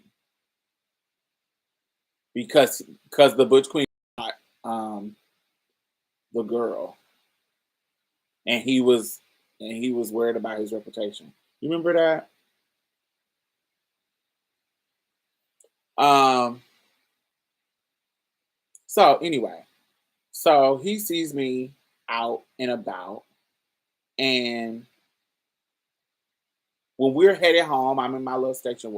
When I'm about to leave the club and go out home, he is trying to go home with me, but my cisgender homegirl, who I haven't given her any inkling that I already know this nigga, because like I just explained to y'all, I don't tell them nothing. That's just because you don't know. Not I don't know. It is 99.9% chance that when you are in a situation with a cisgender girl and a dude and y'all are in direct competition, they are going to tell your tea. They are going to try to play the card of I'm a real woman and this is not. That I have never been in a situation that they did not play that card. It is always going to be that. So I'm never gonna, you know what I'm saying? And being that he already knows my team, we already mess around with it. There's no reason for me to tell her or but she lives for him. Yes, I remember that. It was so similar to what happened to Niecy and Phil. Phil told Niecy she made jokes because she kind of lived for the trade. Hey, Stoner. Um, so yeah, so she's chasing after him, like not chasing, but like you know how when a girl likes a dude and how she's flirting and she just trying to get his attention. And I'm not feeling them. Like I'm not, because of our history, I'm playing, I'm not even looking at you. I'm not even paying attention to you. But she's like chasing. And I guess he don't really like her or whatever. But the dudes that he's with, they all coming around the girls that we with. But she lived for him. He's the one that she's like, ooh, he's so fine, da da da. And I'm sitting there like, and so he finds his way to we are all in the parking lot. Now, mind you, I told y'all this is a parking lot. You don't just kind of sit around, because this is when dudes will, dudes from different hoods, like if they got into it last week, they'll be trying to shoot niggas, they'll be trying to jump niggas, they'll be like, you can't just sit in the parking lot because bitch, you'll get a straight bullet. It's just late in the parking lot. So we're going from the club, it's closing, and going out. I'm glad I'm not the type to care about people's opinions or like asshole. We all have one. Men are so imprisoned by identity and make everybody else's problems facts. So you ain't gotta go home, but you got to get the hell up out of here. So they're bleeding out of like everybody's come out of the club. They're going to that car. She's trying to get attention. Everybody exchanging numbers. Dudes is trying out this their last chance to holler at the female that they thought was hot in the club. So dudes is standing around in groups, seeing if they gonna have some beefs with other dudes. So as a trans woman, honey, the more eyes in the situations, the more chances you get clocked. So I don't be sitting. I'll just be sitting around waiting to get clocked, because you could be paying attention to this person and it's a whole group of dudes over here clocking you. And then it turns into escalated to something and you don't know it's happening because you got too many eyes on you. You don't know. And I'm not one of them bitches that's delusional that think that, my life has taught me that, I get through most of the time, but I'm not fully ungettable, bitch. And so I know my strategy is get him in, get him out, baby. I done got through in the whole club. I'm about to hit it because I ain't about to be, getting clocked and embarrassed in this fucking parking lot.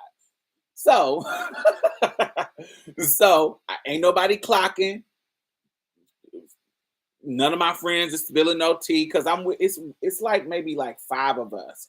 I'm the only trans girl. It's the rest of them is cisgender girls, and that's another thing. When you the only trans girl, it's kind of sickening because you got nothing but but cisgender girls around you, so you just kind of go with the flow. So it's not, especially if you're a confident girl, nobody is expecting you to be trans because everybody is cis, and you cis, especially if you got your body done and your body is right and you pretty and you get what I'm saying, you getting through them. It's just what it is, especially when you with chicks that are fly too. Like sometimes, the legendary Valerie Spencer. we me and my homegirls got a running joke. Valerie is an older girl. Valerie like 60 something or whatever. Valerie be like, when you meet Valerie and you tell her and she's asking you like what you want to, what your goals or whatever, and you be like, girl, I just want to live a fish life. Valerie will be like, fish? You want to be fish? You want to, and honey, she'll be like, this? You want to be that? Girl, you want to be the girls, honey. You don't want to be fish. Fish is boy.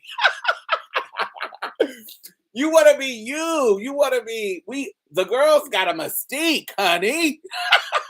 It's an inside joke. But Valerie is very that, where she's like, girl, you don't want to be fish. Fish is boring. Fish is tired. Da da da. And so, if you one of the girls, sometimes you can be overdone. But when you with other girls, like cisgender girls that like to be done, honey, lashes, hair flowing, body, you know what I'm saying? It's just a different vibe, and you blend even more because you with the kind of girls that like to be flashy, that like to be highlighted and lashed, baby. Highlighted and laughed. I live for your stories. You need the series on Netflix. I do. Contact them. So in my mind, that's what's happening. Like because I'm with other cisgender girls that are fly and it's just blending everything, and I'm the only girl that is just blending and perfect.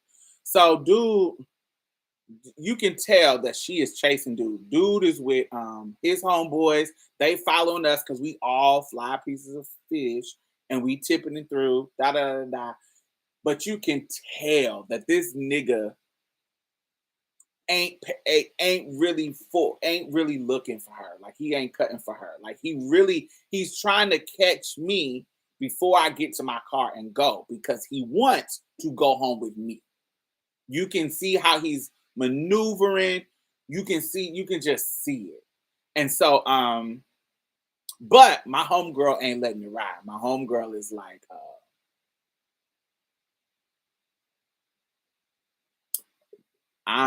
she's trying to give up the cat box. That is her whole scenario, her whole situation. She's trying to go home with somebody. He's the one. But he's just not choosing her. He's not choosing her. And this is just what it is. It's just what it is. So I'm trying to get out of this parking lot. Because I told you how the parking lot is, I'm trying to get back to my car. So I'm going back to the station wagon, and the station wagon is the station wagon. So I'm kind of low-key shamed of it because it looks like a mom car, but I done parked in a place where, it's not, I'm away from the people. But it looks like, honey, a white mom car. Child. It's a whole gold station wagon, child. I was so embarrassed by it. So I see him trying to follow me like he normally would do. Follow me to where I'm at. But he's also trying to get away from her. But she is coming in my direction too. Because she knows me, and we I'm trying to creep to the car. She trying to creep where he's creeping, and he's going towards where I'm going. It's just like this dance that's happening where she's talking to him, the other girls is following, all this kind of stuff. I done went to the club in a U-Haul before and parked around the corner.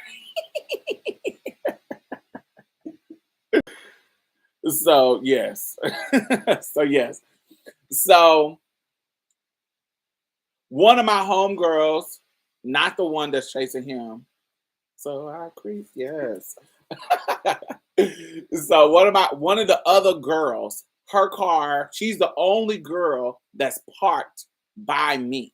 The other ones is kind of they're going in our direction, but they're further down.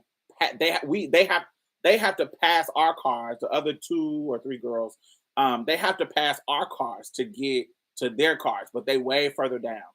And so when I get to my car, I'm the girl. One of the other girls is parked right behind me, and so when I get to my car, him and the girl that that's chasing him, they just stop right there, and she's talking to him. He's talking to her. Da da da da da da. I get in my car. He's waiting for. He thinks I don't really know. I think he thinks that they're just gonna go past me, and he and he tries to talk to me, whatever. So I get in the car, I'm sitting, I roll down the window, I'm looking out the window like what's happening, like as far as making sure all the rules of women is we make sure everybody gets to their cars and make sure everybody um you know what I'm saying? Don't nobody get left behind. So she is driving with the girls that was supposed to walk past me, but she don't get to walking because she's still trying to stop and talk to him. And he's trying to play it off like it's just all weird. So I pull my car up to go down and meet the other girls and make sure they got in their car. But she is supposed to be riding with the other girls that we supposed to be meeting. But he's not trying to move and she's not going that way to them. And so I look out the window and I say, hey, let's call her Tasha. Hey Tasha, you about to go? Are you about to what you about to do? And she was like, I'm trying to go home with him. I'm trying to go home with you. What you about to do? And so it forces him to either answer the question or be like, nah, baby girl, da da da da da da. And she was like, oh, you playing, da da da da, you playing. Like she was like, oh, you playing. So he tells her I'm not interested. He walks and I say, do you want me to ride you up to the car? So she was like, yeah, he playing. So she gets into my passenger seat and I pull up to the other girl's car. But we leave him because he's standing right there by us together. Not him, but remember I told you the other girl car is behind us. Both of us pull off and leave him because now at this point he told you he's not interested. So we ready to go. so she gets in the car and boom, boom, boom, boom. So he texts me in that moment. He sends me a message. It was like a weird, like, where are you about to go home? And I was like, yeah. And he was like, how can I come home with you or whatever? Da, da, da, da. So I'm like, I don't really know how I'm gonna get rid of my people or whatever because the rule is we all leave at the same time, blah blah blah blah blah, all that kind of stuff. And he was like, well, I'll just wait back at the club, just pull back around, and it is what it is. The girl wants me to I can't remember how it happened, but either I end up having to take the girl home. Like something happened where she either gets into it with something happened where the people who brought her here couldn't take her home. So she lived by me. So I was the natural situation. I'm like, well, now it's gonna fuck up my situation with him. So I texted him back and was like, well, I gotta take old girl home. And I'm not about to come all the way back. Once I drive her to the house, I'm not about to come out, period. I'm gonna go home or whatever. And he was like, oh, that's fucked up. He was like, well, why don't I go with y'all to take her to the house? Like, and why don't you just come back and pick me up, basically? So we drive back through, me and her, the girl he likes, we drive back through the parking lot. We see him. He comes to the car on her side. So this is all a game. He comes to the car on her side. Why did you even want him though? I thought he was trash. Because I'm a slut and I liked him. Some, this is the title is Young Dumb for the Trade.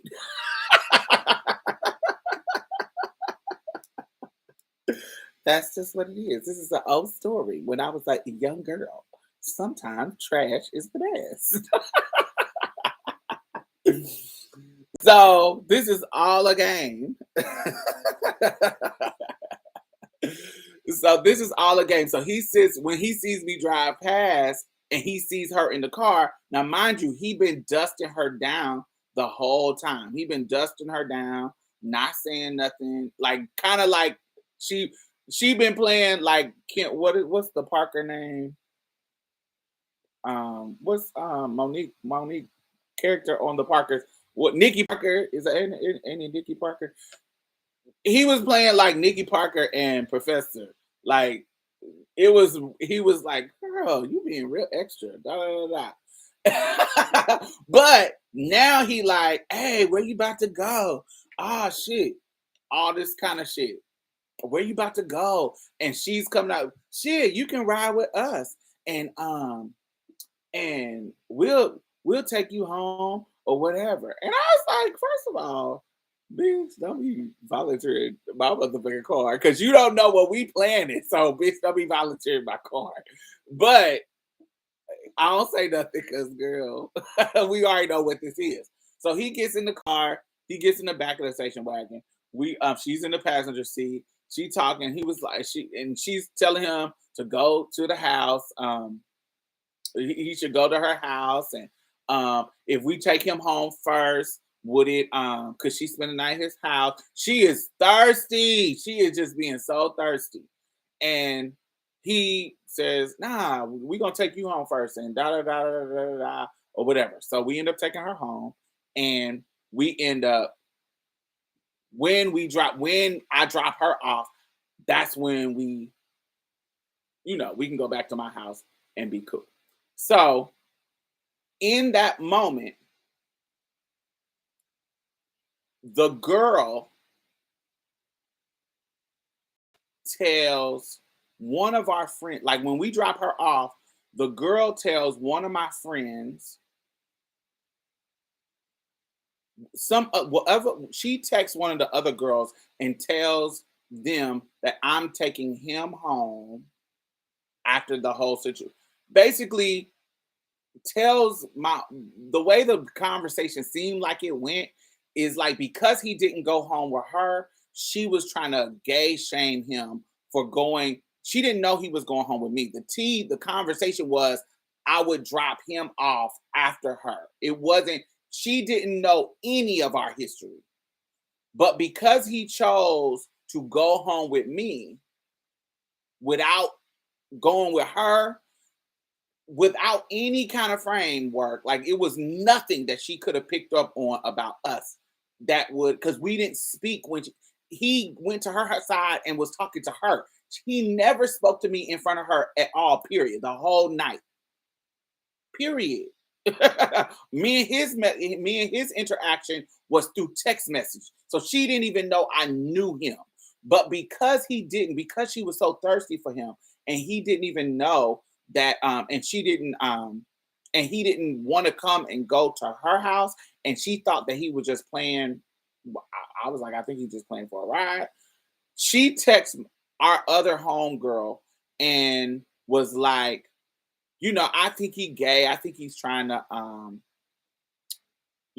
think Diamond, like he was trying to get along with me. But if we had engaged, I would have been like, oh, she must have clocked you trying to talk, like you trying to, like if me and him had engaged in front of her, I would have been like, oh, she must have clocked that you was vibing with me. But we had no interactions, none, no interactions, period, for her to pick up on anything. So I was like, oh, she just was being late, telling just being extra because she was mad that he wasn't going home with her or whatever. Had her feeling like the ugly friend. And she was ugly. She was just not his type, apparently. She just wasn't his type. But I don't think she was ugly. I think she was gorgeous. Um, but she texts my friend. I don't know how the chain, everybody is 6 degrees separation. I don't know how it happened.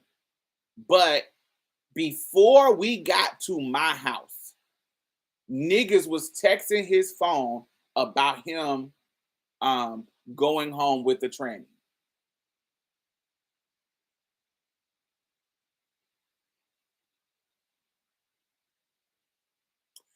And in the moment, before we get back to the house, he is like, did you tell her that we messed around? I was like, what the fuck are you talking about? No. And he was like, because your friend done told my homeboy's girlfriend. So apparently one of the girls that I didn't really know well that we were with, it was basically we all hooked. I knew 2 of the girls that we were together with. But I guess one of the girls that I didn't know is connected to him somehow. Not they wasn't together, but somehow she's connected to one of his friends, and the message basically telephoned, the old game telephone. The message telephone and grew into him going home with the tranny, and it got back to before we even made it to the fucking house, before we even got to the house, and he thought that in our clique, I had told everybody that we had hooked up. By the end of the conversation, we was at my house arguing about that situation where I was like, nigga, first of all, I don't do that. I don't talk about my tea to anybody, period. Definitely not no cisgender girls. But I wasn't even thinking about fucking with you. All the shit that you did texting me and da da da da, that's what was like, oh, cool. And really, her being so thirsty for you and I could have you again. That's what convinced me to fucking fuck with you again. But when I was in the club, I wasn't even studying your motherfucking ass. That's why I was rolling my eyes at you and all that kind of shit. I wasn't even thinking about you in that regards. This whole situation, I don't know how it escalated to this, but you not about to play me like I'm just some snitch. Da da da da da. You come to snitching on you and telling my tea and telling our tea and telling that we mess around because you ain't you fine, but I'm never gonna treat a nigga like that, like you that nigga. That's just me. I'm never gonna be that person. So I'm never gonna treat you like you that nigga. I'm gonna in my mind you can be that nigga, but I'm never gonna be like, oh my god. I'm never gonna be like her. Like I'm never gonna be like, oh my god, I mess with him. Like I'm getting cool points for messing with you. Now, don't get me wrong. If it's my best friend, da da da da. Yes, that's what best friends do. We kiki about shit that happened in our life. But some random ass chicks that I'm just cool with, that no, that you ain't that nigga. I'm never gonna make you feel like you that nigga. And so and at this point, I'm telling him this. Like I'm saying, nigga, you not that nigga like that. Like, I don't know why you even playing it like because now you pissing me off. Like I gotta be like I ain't had trade before. That's what it was making me feel like. Like I'm this thirsty ass tranny that fucking ain't never had no nigga, that ain't never had no hot boy. Nigga, I had you and your homeboy. The whole incident of why we got into it the last time while we was beefing was because I fucking fucked your homeboy.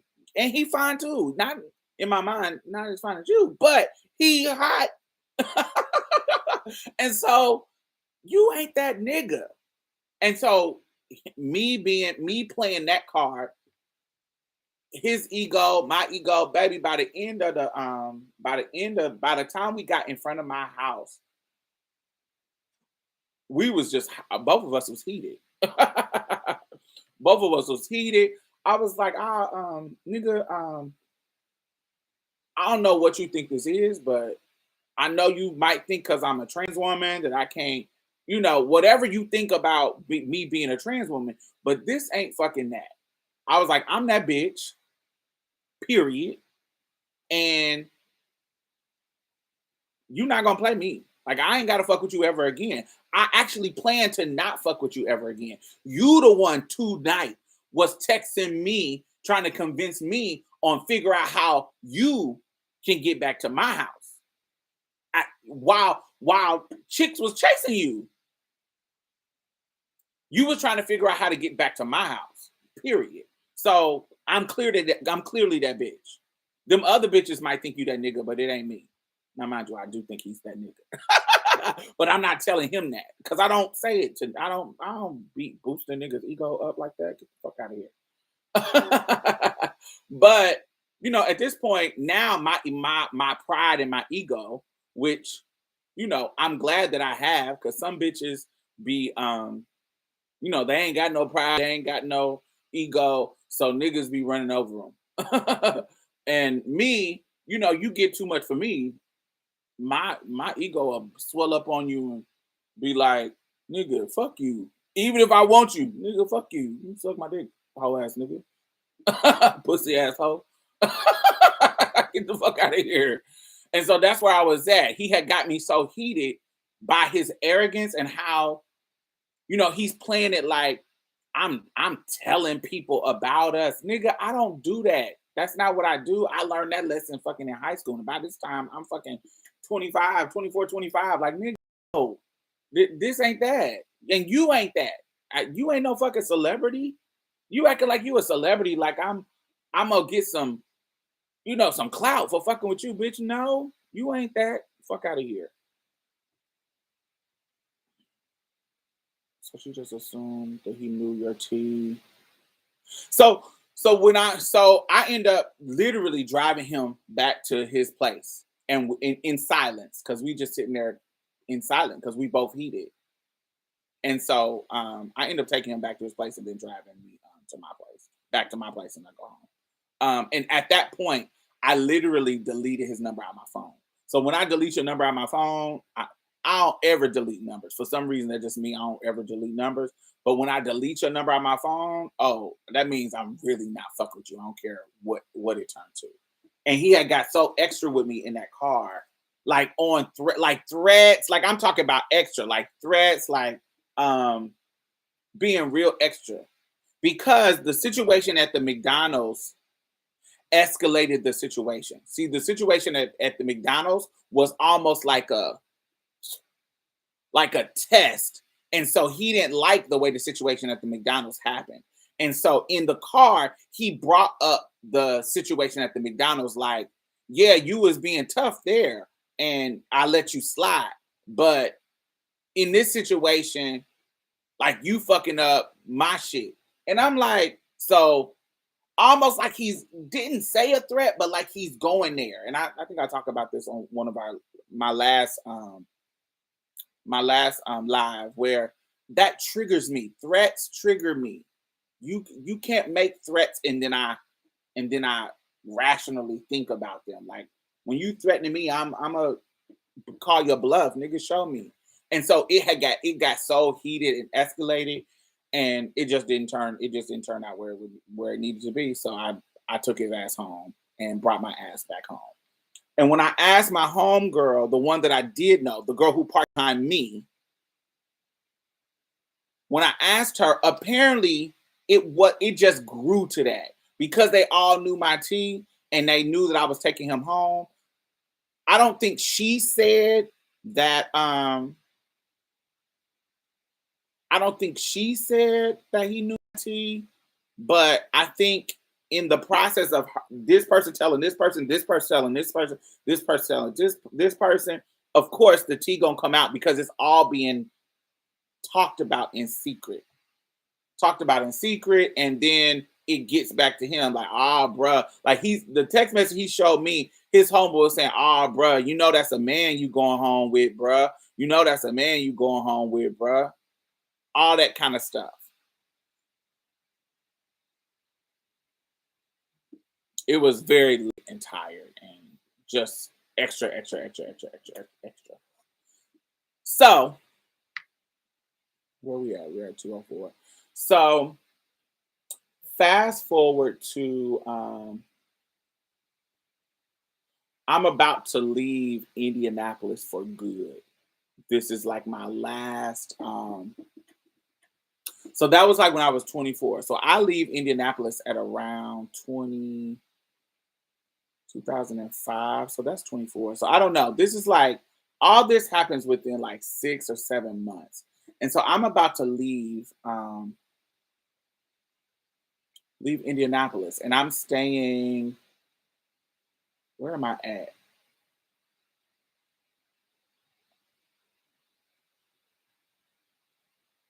I am somewhere in the meadows. I'm in the meadows, but I'm living, where am I at? I'm in the meadows. I'm in some projects. Before I moved and go to Mississippi, I'm somewhere staying in the projects or whatever. The Life of Ty. I've been watching your video since I was 12 and I just turned 25 on Tuesday. Work. Hey, happy birthday. Happy 25th. Um, I hooked up with this dude. For some reason, this maybe like 6 or 7 months even after this. So I leave in 2005. So it had to be somewhere around this time. That's August. Yes, boom. So yes, I was definitely it was like middle of my I was about to be 25. And so I see him somewhere and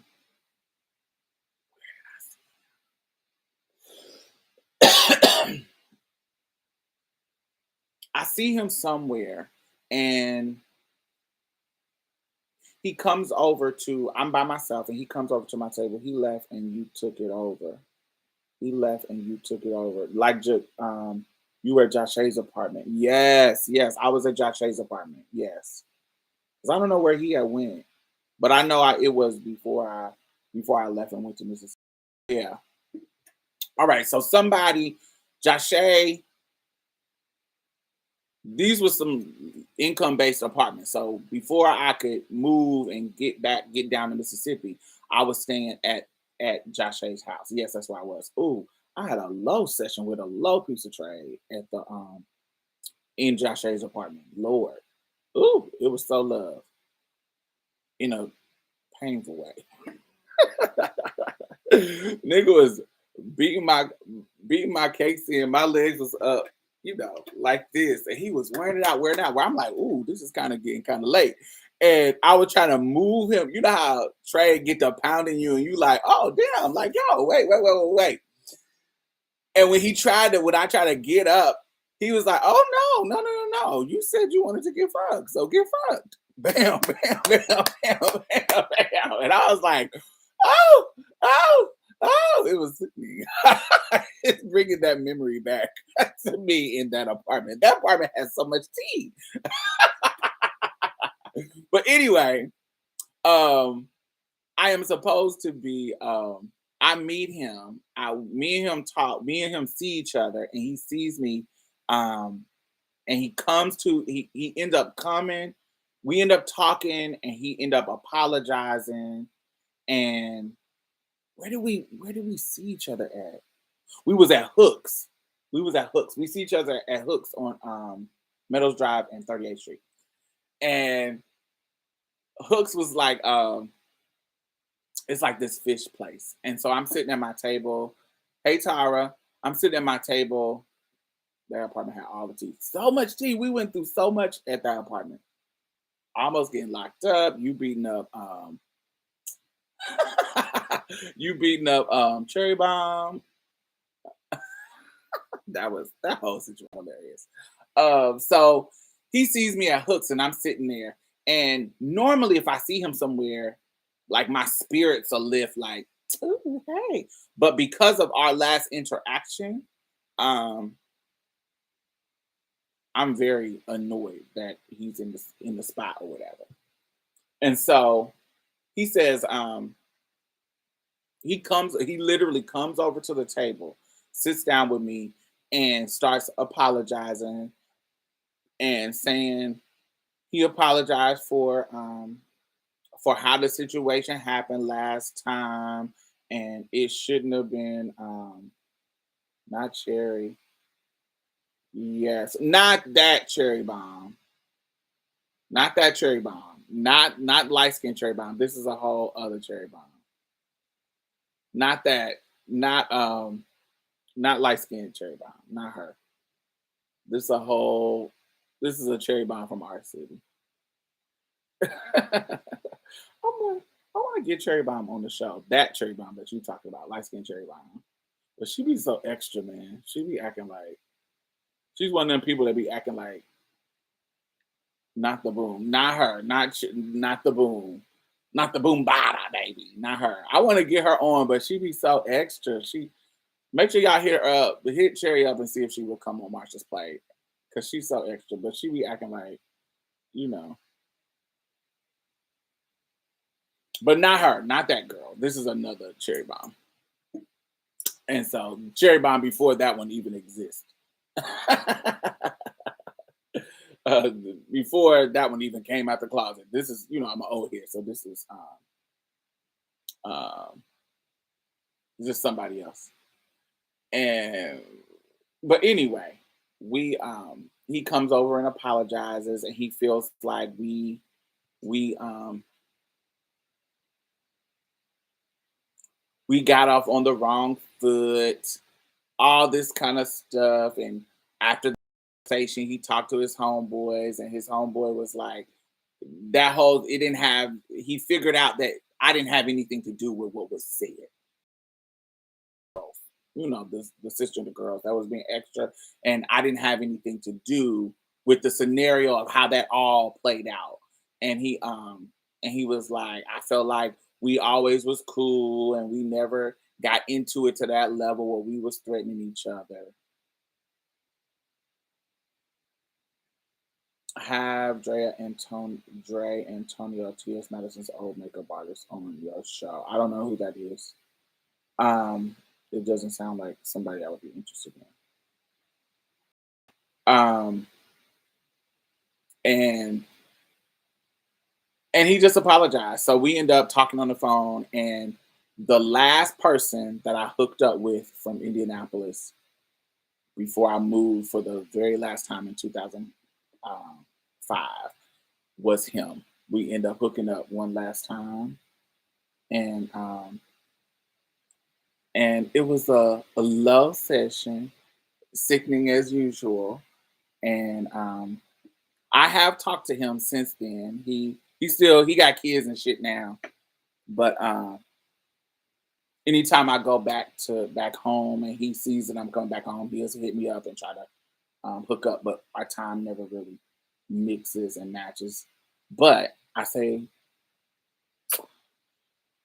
that's one of the dudes that I have felt like I chase like a humility kind of check when it comes to him, because he could do some of the dumbest random, and I still would go back and fuck with him no matter how the weird the engagement was, how shady the engagement was, how weird, how down low and extra he was acting, how disrespectful he got. I would always he always knew how to make me be dumb and hook and apologize and be nice or do whatever to get back into my panties.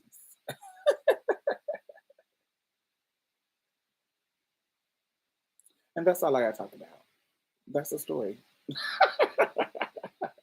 That was my last hookup in my Indianapolis days.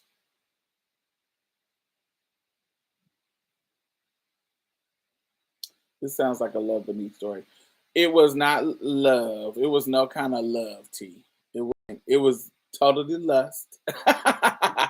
Where it was totally sexual. He just had that. He just had that.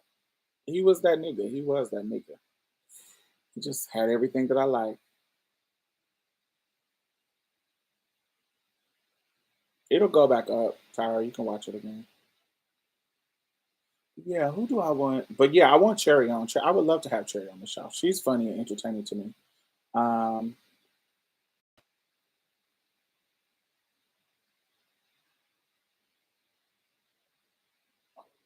Diamond, do you date women too, or are you at least attracted to women? I am not. Um, I would do a threesome with a cis woman. The lust beneath, baby, right?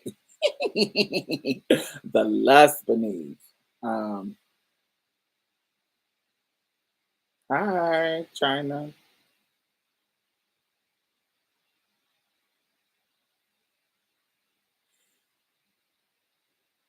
No, I am not. I'm attracted to masculine stud women. I'm attracted to them, but I'm not attracted to femmes.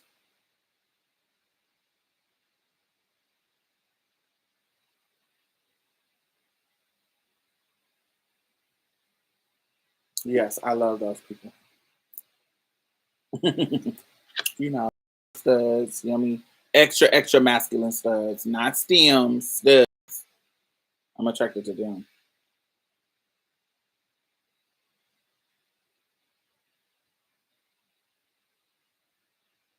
I'm not sure I didn't miss any questions. This is just as bad as Trey when it comes to their bruised ego shit. Facts. Definitely Jade.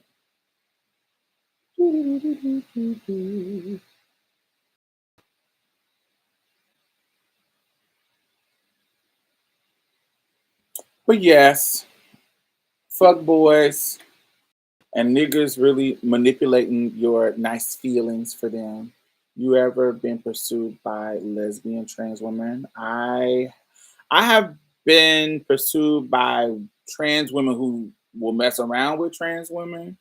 Um, really early on in my transness, and in the middle, but I have no interest in trans women at all. I find that to be weird. No thanks. Well, I want to be the only chick with dick in the room. I do. I do. I have no interest in tits at the bottom and dick at the top. I have no. I have no interest in that. That is not sexy to me. So when they try to holler at me, I'll be like, "Girl, if you don't get, no, thank you." What about F to M transgender? I am. I have been. I have never had sex with a trans man, but I have been pursued by trans men. Hmm. I am attracted to trans men that are beautiful in that kind of masculine way. I'm attracted to them, but I've never had sex with any. Their engagement is my engagement with trans men. It always gets strange.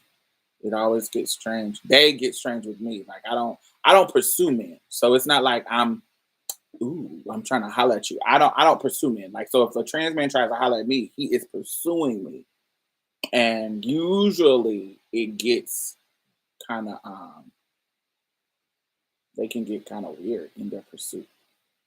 Maybe out of context. How do you view cis women who out trans women because cis men find them attractive? I think they're shady. I don't think anybody should be outing anybody. Period. I don't think anybody should be outing people. Period. But let me give you one caveat. I don't think you should. That doesn't mean that I don't expect it or that I don't do it because I expect if I expect you to talk to your people. Like I tell my friends every fucking thing. So I'm expecting you to tell your friends everything too. And so I don't want you to tell my tea, but what really wears me out is when you tell people that you don't know. Like if it's your brother, because let's say that if I know a trans girl is trying to talk to my brother and my brother is not into trans girls, I'm gonna tell my brother her tea. She can get mad all she wants. I'm gonna tell my brother her tea. That's my brother, so I don't care. So, but I give the same grace to other people. Like if I'm trying to holler at your brother and I'm going to expect you to tell your brother my tea. I'm not going to expect you not to tell him. So, but I have a problem with people who tell random people. Like you don't know this nigga and you telling him my tea. I don't like that. Somebody you not close to, you in the club and you don't know this dude and you tell him my tea. I don't like that. I expect it when it's a personal close relationship. I expect it. I've been getting hit up by a lot of trans women, and I'm like, damn, what's giving these vibes? Maybe watching too much Euphoria, so maybe thinking they may be thinking about it. Oh, um, yeah, it doesn't happen. It's I think in my whole life I've had maybe like 3 trans women try to holler at me in my whole life. Like from the time I think the first time it happened, I was like 14.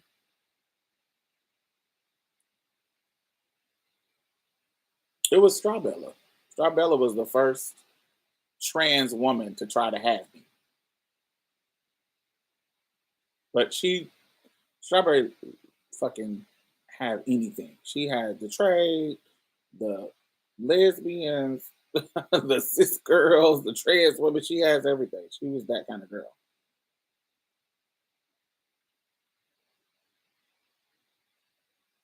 But then you have those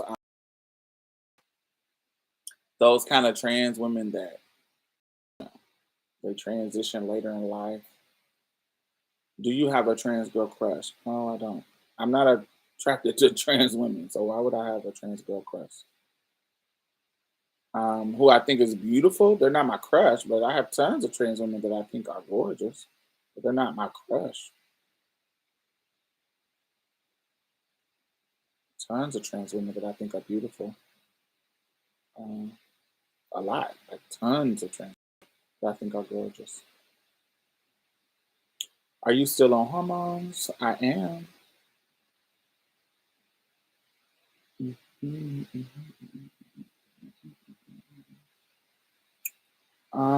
That I think are beautiful. Trans women that I think are beautiful.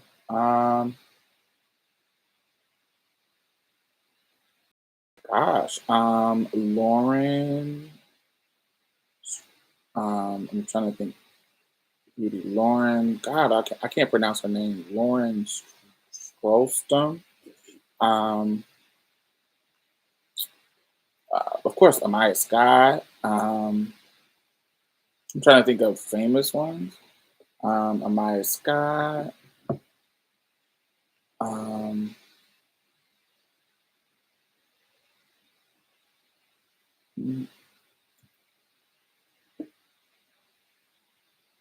Jara, the girl that did the Calvin Klein ad. I think she's fucking gorgeous. I think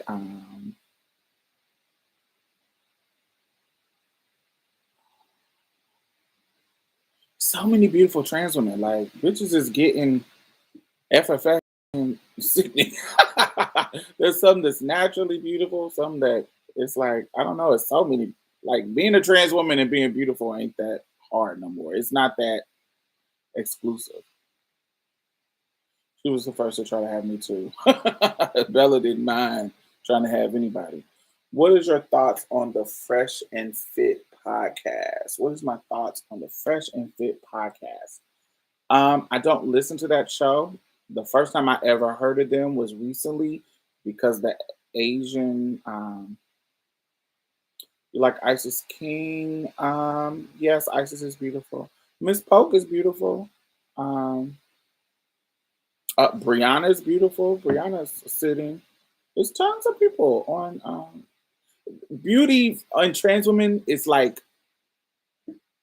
like there's my sister. It's so many people that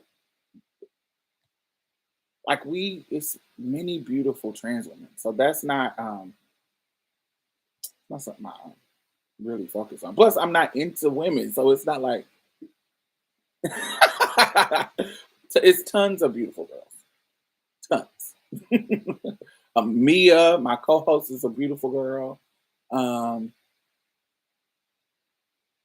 um, trying to think of what's her name? I had her on the show. What is her name? Felicity. Felicity is gorgeous. Yeah, we're not a community of ugly people. Yes, so it doesn't. Yeah, it's tons of beautiful girls. Beauty is not a rarity in the community, right? It's tons of beautiful girls. Anyway, fit. What is it? Fit, fresh and fit podcast. So fresh and fit. The situation with Asian Doll. I never heard of them before that, so I don't know shit about them. So I thought that situation was weird. Um, Two things about that situation with Asian Doll. If y'all don't know what the tea is as far as that, Asian Doll was a guest on the show. She came in late. Um, One of the hosts was complaining or kind of chastising one of the. Let me give you a drink. 'Cause I'm got the hiccups. Ooh.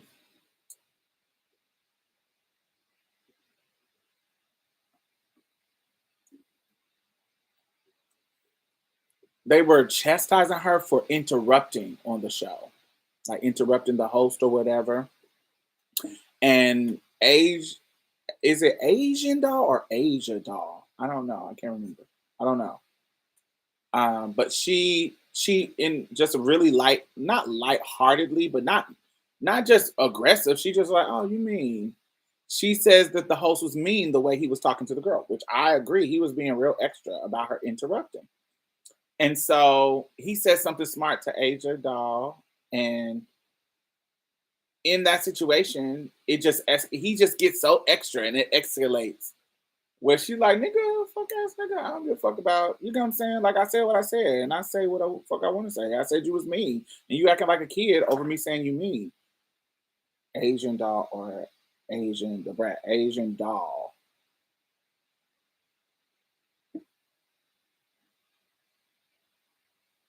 I live for the girls, but I ain't coming to the PP, right? um, so she ended up leaving the podcast. She leaves the show or whatever. So in that situation, to me, I felt like he was unprofessional. Unprofessional. I feel like I'm the editor. Anything that I want to say, I can just add it in post production. So you can interrupt me all you want, especially, and also we are we are recording on different tracks. And so I can just turn, if I'm saying something, I can just turn your track down and I will make my statement in post production. If there's something that I want to say, I can make me say what I want to say. So to me, as a podcaster who does this who podcasts for a living, I'm not as, you know, for me, the technique for me is I want my audience, my guests to talk. It's nothing worse than trying to get a guest to talk. So I'm not worried about you interrupting me. I'm gonna let you say what you gotta say and then say what I gotta say. Even if you interrupt me, I am not making no big deal in it, because if there is something that some point that I need to be made, if I gotta cut your track down and raise mine up for you to hear what I gotta say, I'm gonna do that. If you are, or post production, I'm gonna record the statement in post production. I do that all the time. I'll record the statement and just plug it in because I'm using the same mic. So it won't sound any different. I can just come in and say it.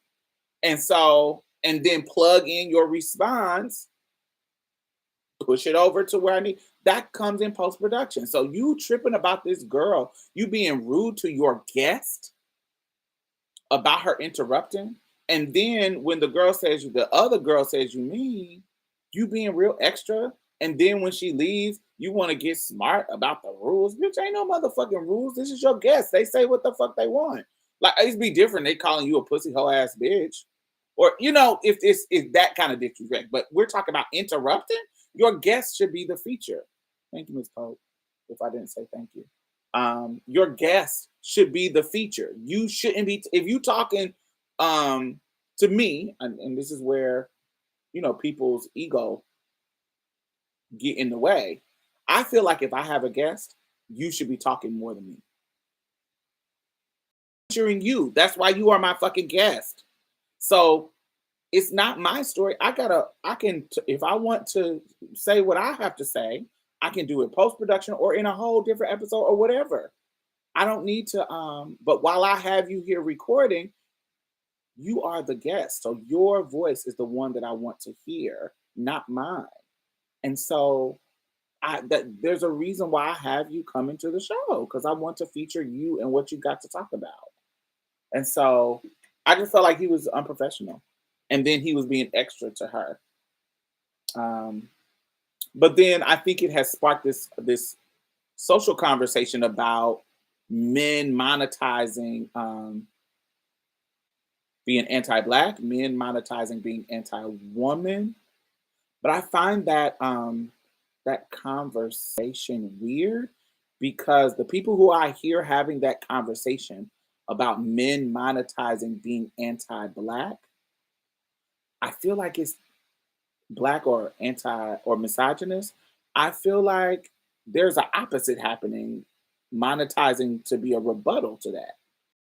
Monetizing your politics is normal for all of us.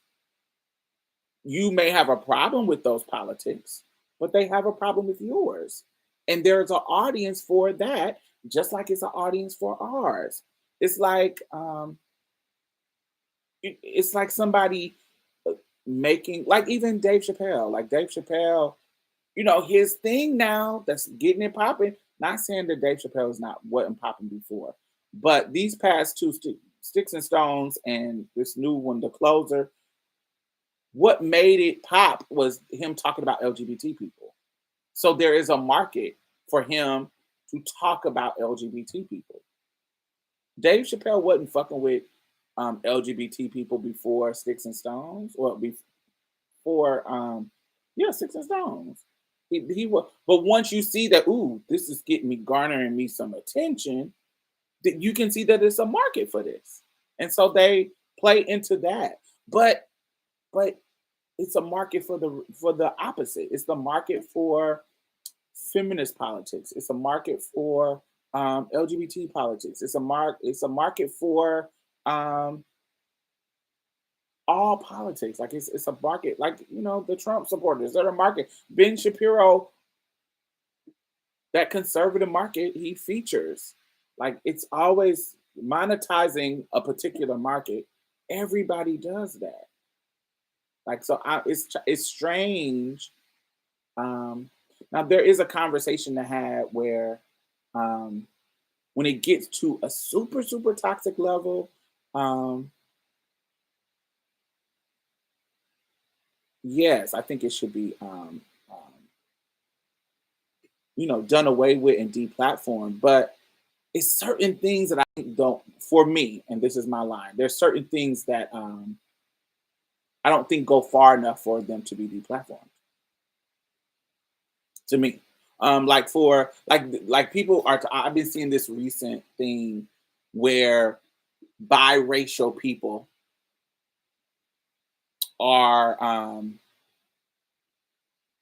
TikTok talking about, oh, I'm black, and doing these things like Julesy on YouTube talks about it.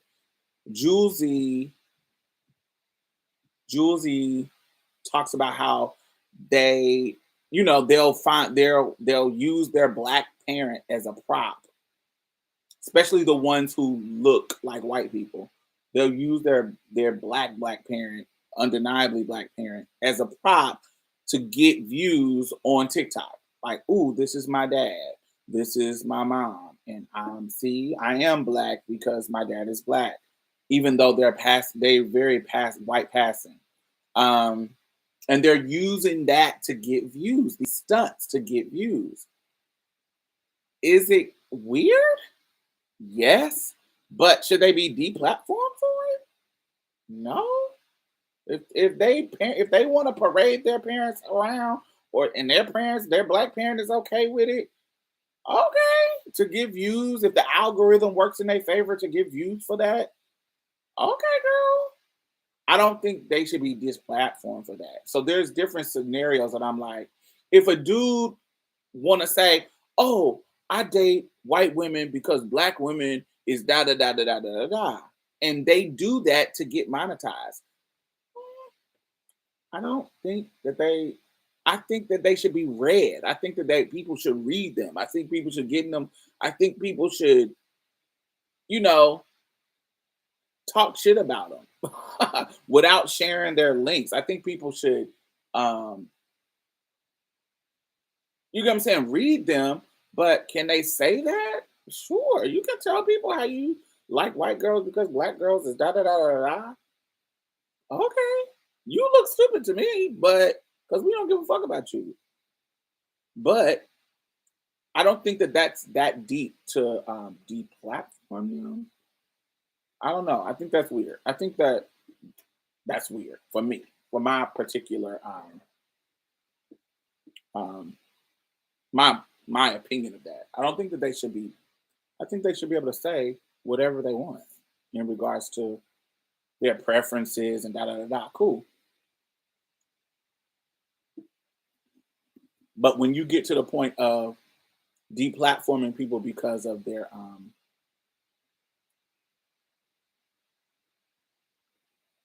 stuff, that's a slippery slope. It gets, because then when it comes to our stuff, we want our stuff to be protected because we think our stuff is the right stuff. And so it gets kind of, I'm never going to, unless you're talking about killing people, then it, like, you talk about killing people, or you talking about, um, when it gets weird like that, then I'm like, nigga, you need to be shut down. But you just having some weird opinions about people, child, I think you should be read. I think people should stop spending their money with you.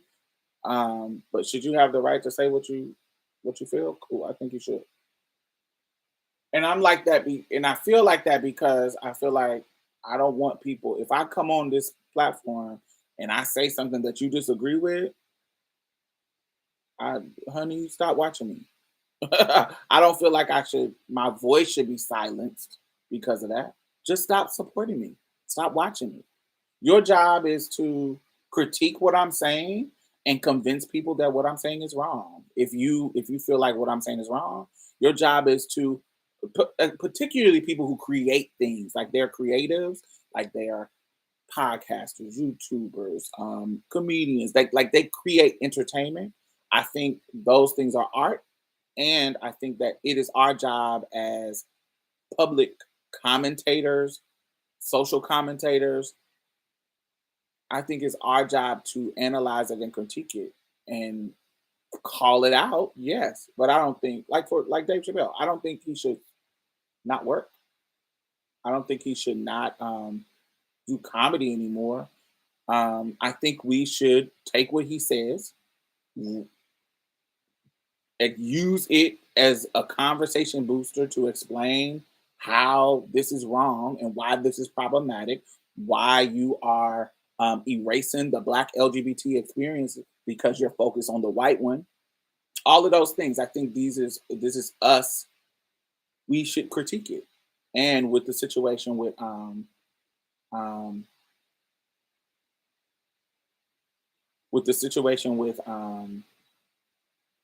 the fit, fresh and fit, honey, you critique them, roast them about how stupid they fucking are. D- uh, Kevin Samuels, he's trash as fuck, but I think he should be what he's doing.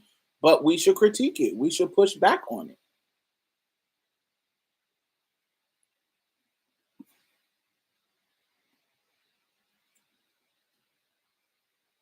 That's what makes America America. Yeah, there's a lot of things that make America America that I don't like though. That I don't think should exist. Racism, but um, but I don't know. I think that there is a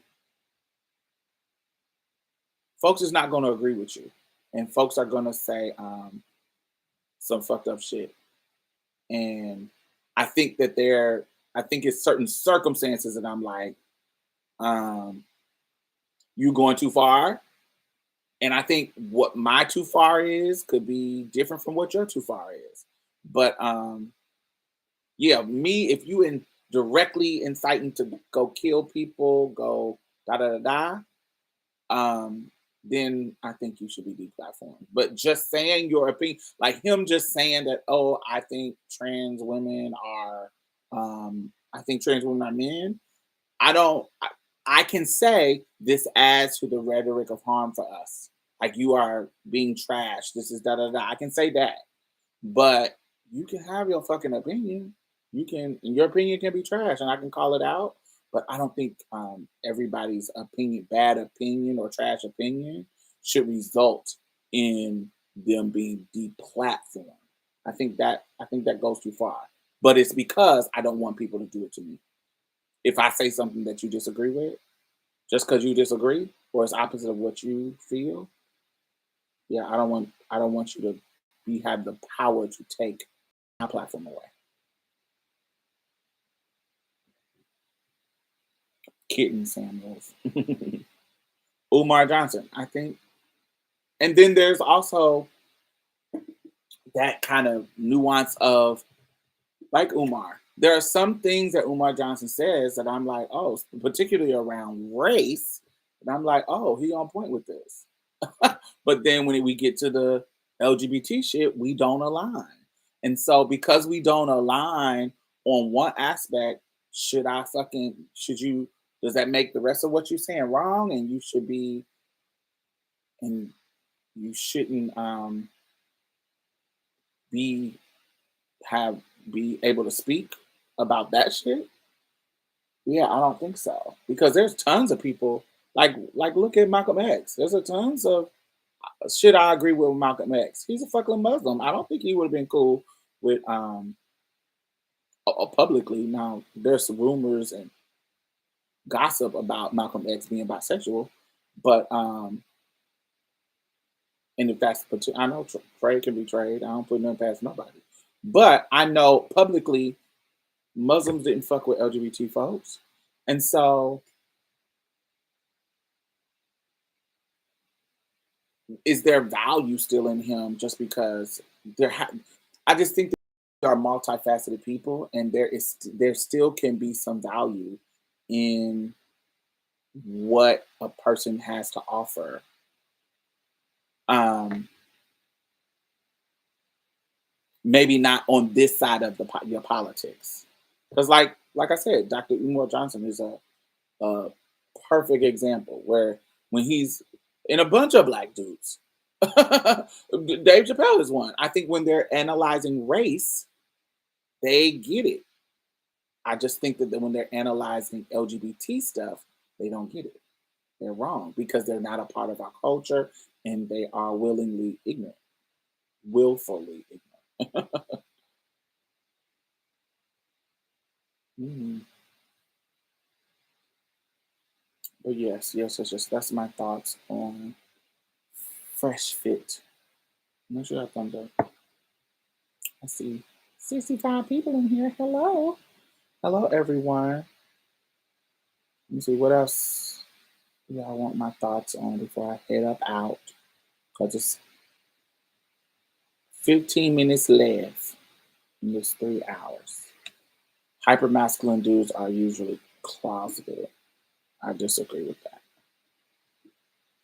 I don't feel like I think that is a internalize.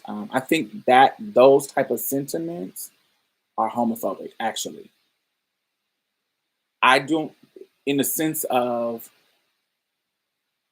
not. Let me rephrase it. I don't think it's homophobic. I think it's counterproductive because like people who always say, "Oh, the loudest dude in the room who's always worried about being homophobic is probably DL."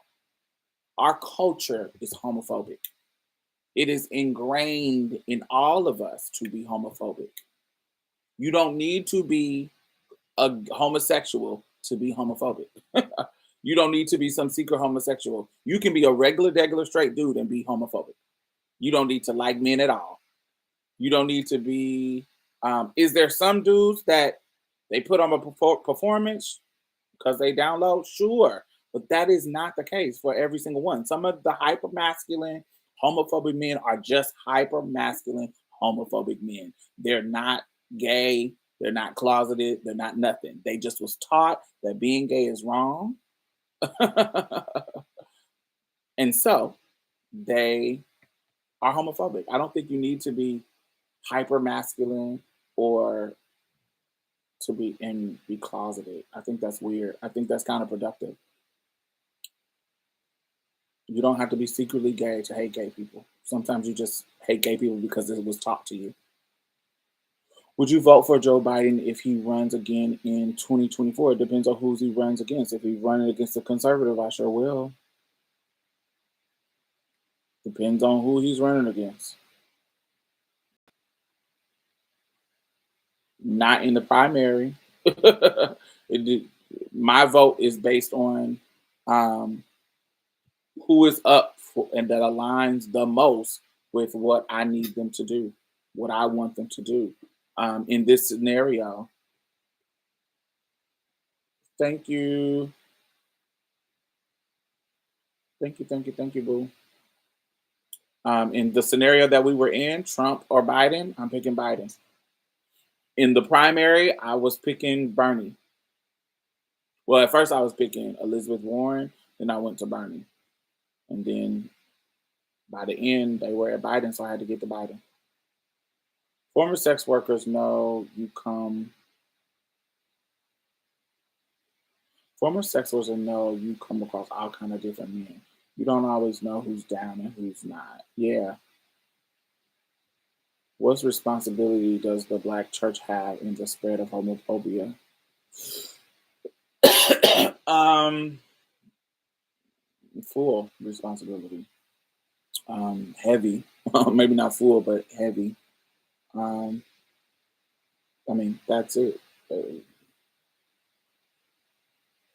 White Puritans um, taught us that the Bible was the shit, and it was ingrained in our psyche as far as freedom and having faith to get out of slavery. So, and the church, the black church, was a pillar of our community organizing at one point. It's not now. Now it's like more prosperity. It's about them gaining. It's a business, them gaining money, but prosperity um, isn't the T. But back in the day, they literally was the epicenter. The church was the epicenter of revolutionary, radical uprising when it comes to the system of racism. It's not like that anymore. And respectability politics was a part of the culture in order for you to have social mobility, upward mobility, and homosexuality was not respectable from a Christian standpoint. So people were invested in homophobia because it wasn't a part of the status quo. And, that's just the black church has to hold on to that. They're not the only ones, but they're a big part of that.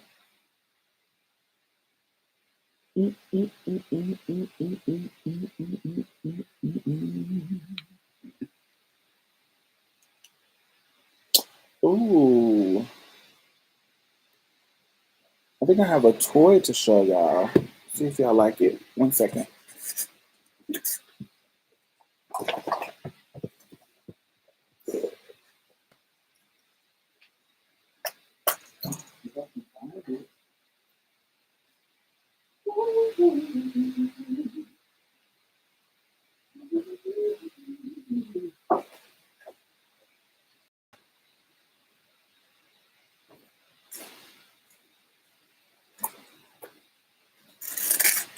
Before I go,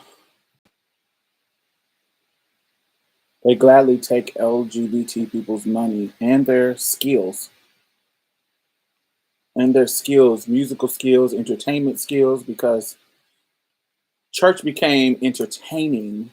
The most entertaining church brings the most people. That's why, you know, the big popular churches are going to be connected to the best singers in the city. The big popular churches is going to be the connected to the best orator, like the whoever's the best preacher that does the most, that really makes you feel it. It's like a performance. So when you have the best preacher, when you have the best singers, like think about Detroit and all the churches that are connected to the Clark sisters are big now in Detroit because there's an entertainment value that they bring that everybody. Oh, I want to go to that church. They know how to make you get the Holy Ghost and shout, and they make you get bumps, chill bumps on your body, and da da da da da da, all those kind of things. Um, and so I'm trying to find this thing for y'all so that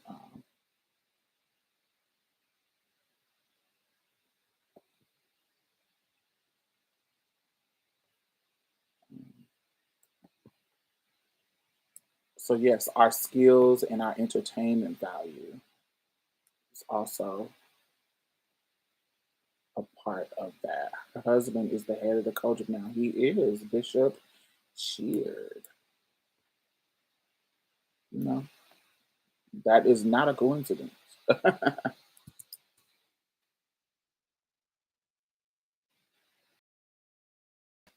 They learn how to monetize um, entertainment.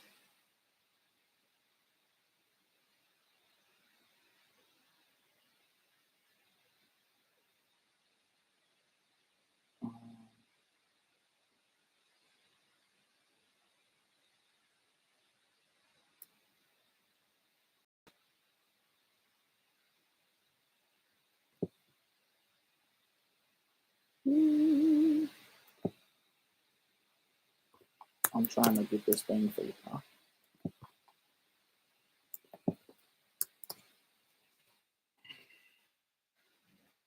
So,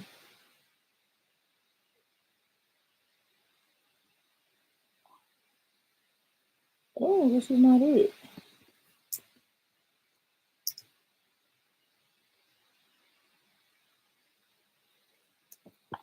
Mm,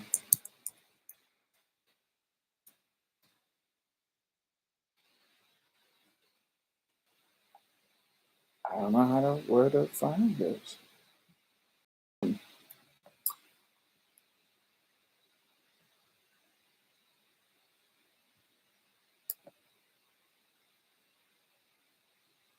Oh man, it's not. What else?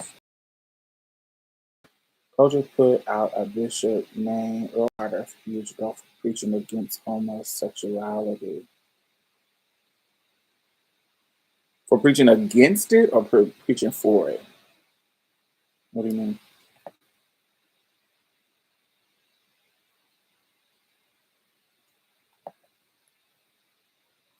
Mm,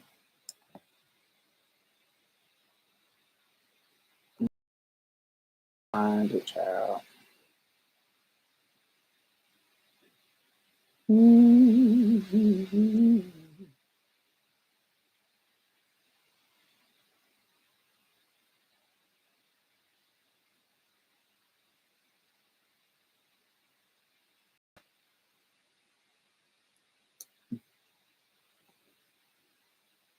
against it. Don't they all preach against homosexuality? Why they kick them out for preaching against it? That doesn't make sense. Francis Kelly speaks against it all the time during the Culture Convention. So I don't understand. That doesn't make sense. I'm trying to find out this thing.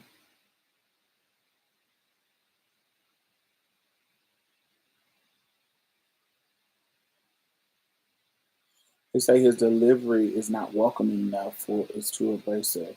That's interesting. I would want to know the behind the scenes politics because a lot of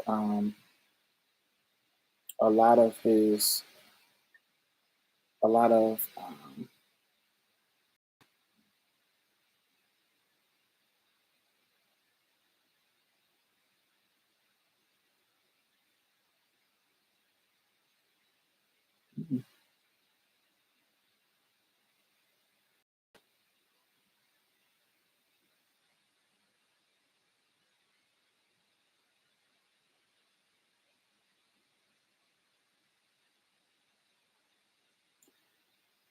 a lot of their big people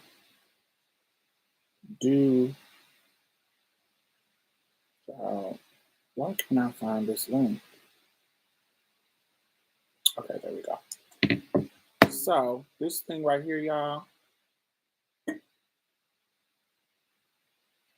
isn't this fucking gorgeous?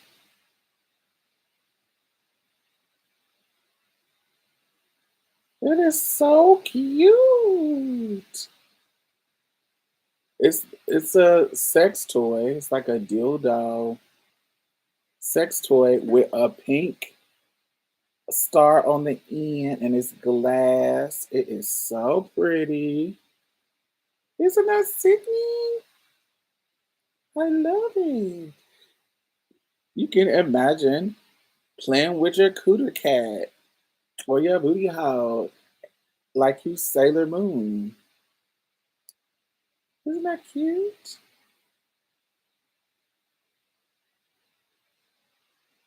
Right. It's giving Sailor Moon. I love it. Ah, I see Van is new here.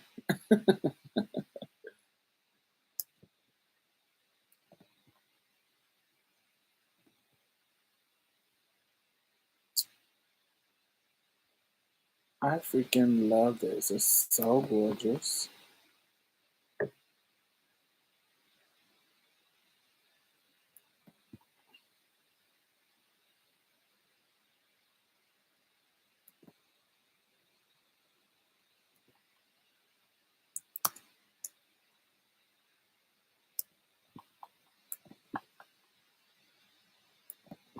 I'm trying to find it, child.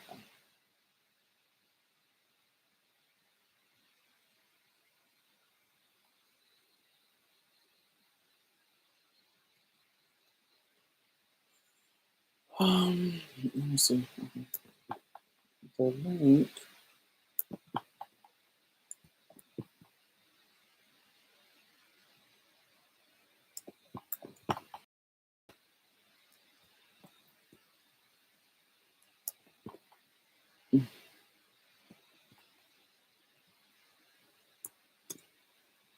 Bam. There we go. So they got different versions. Like they got so it's the Pentagon. This is the Pentagon. They have a rose. No, like a kitty cat. Oh, it says a bear. Like it looks like a teddy bear. It's like a pink teddy bear. They have a moon, where instead of a star, it's like a pink moon. And then they have a heart. I wanted the heart, but when I ordered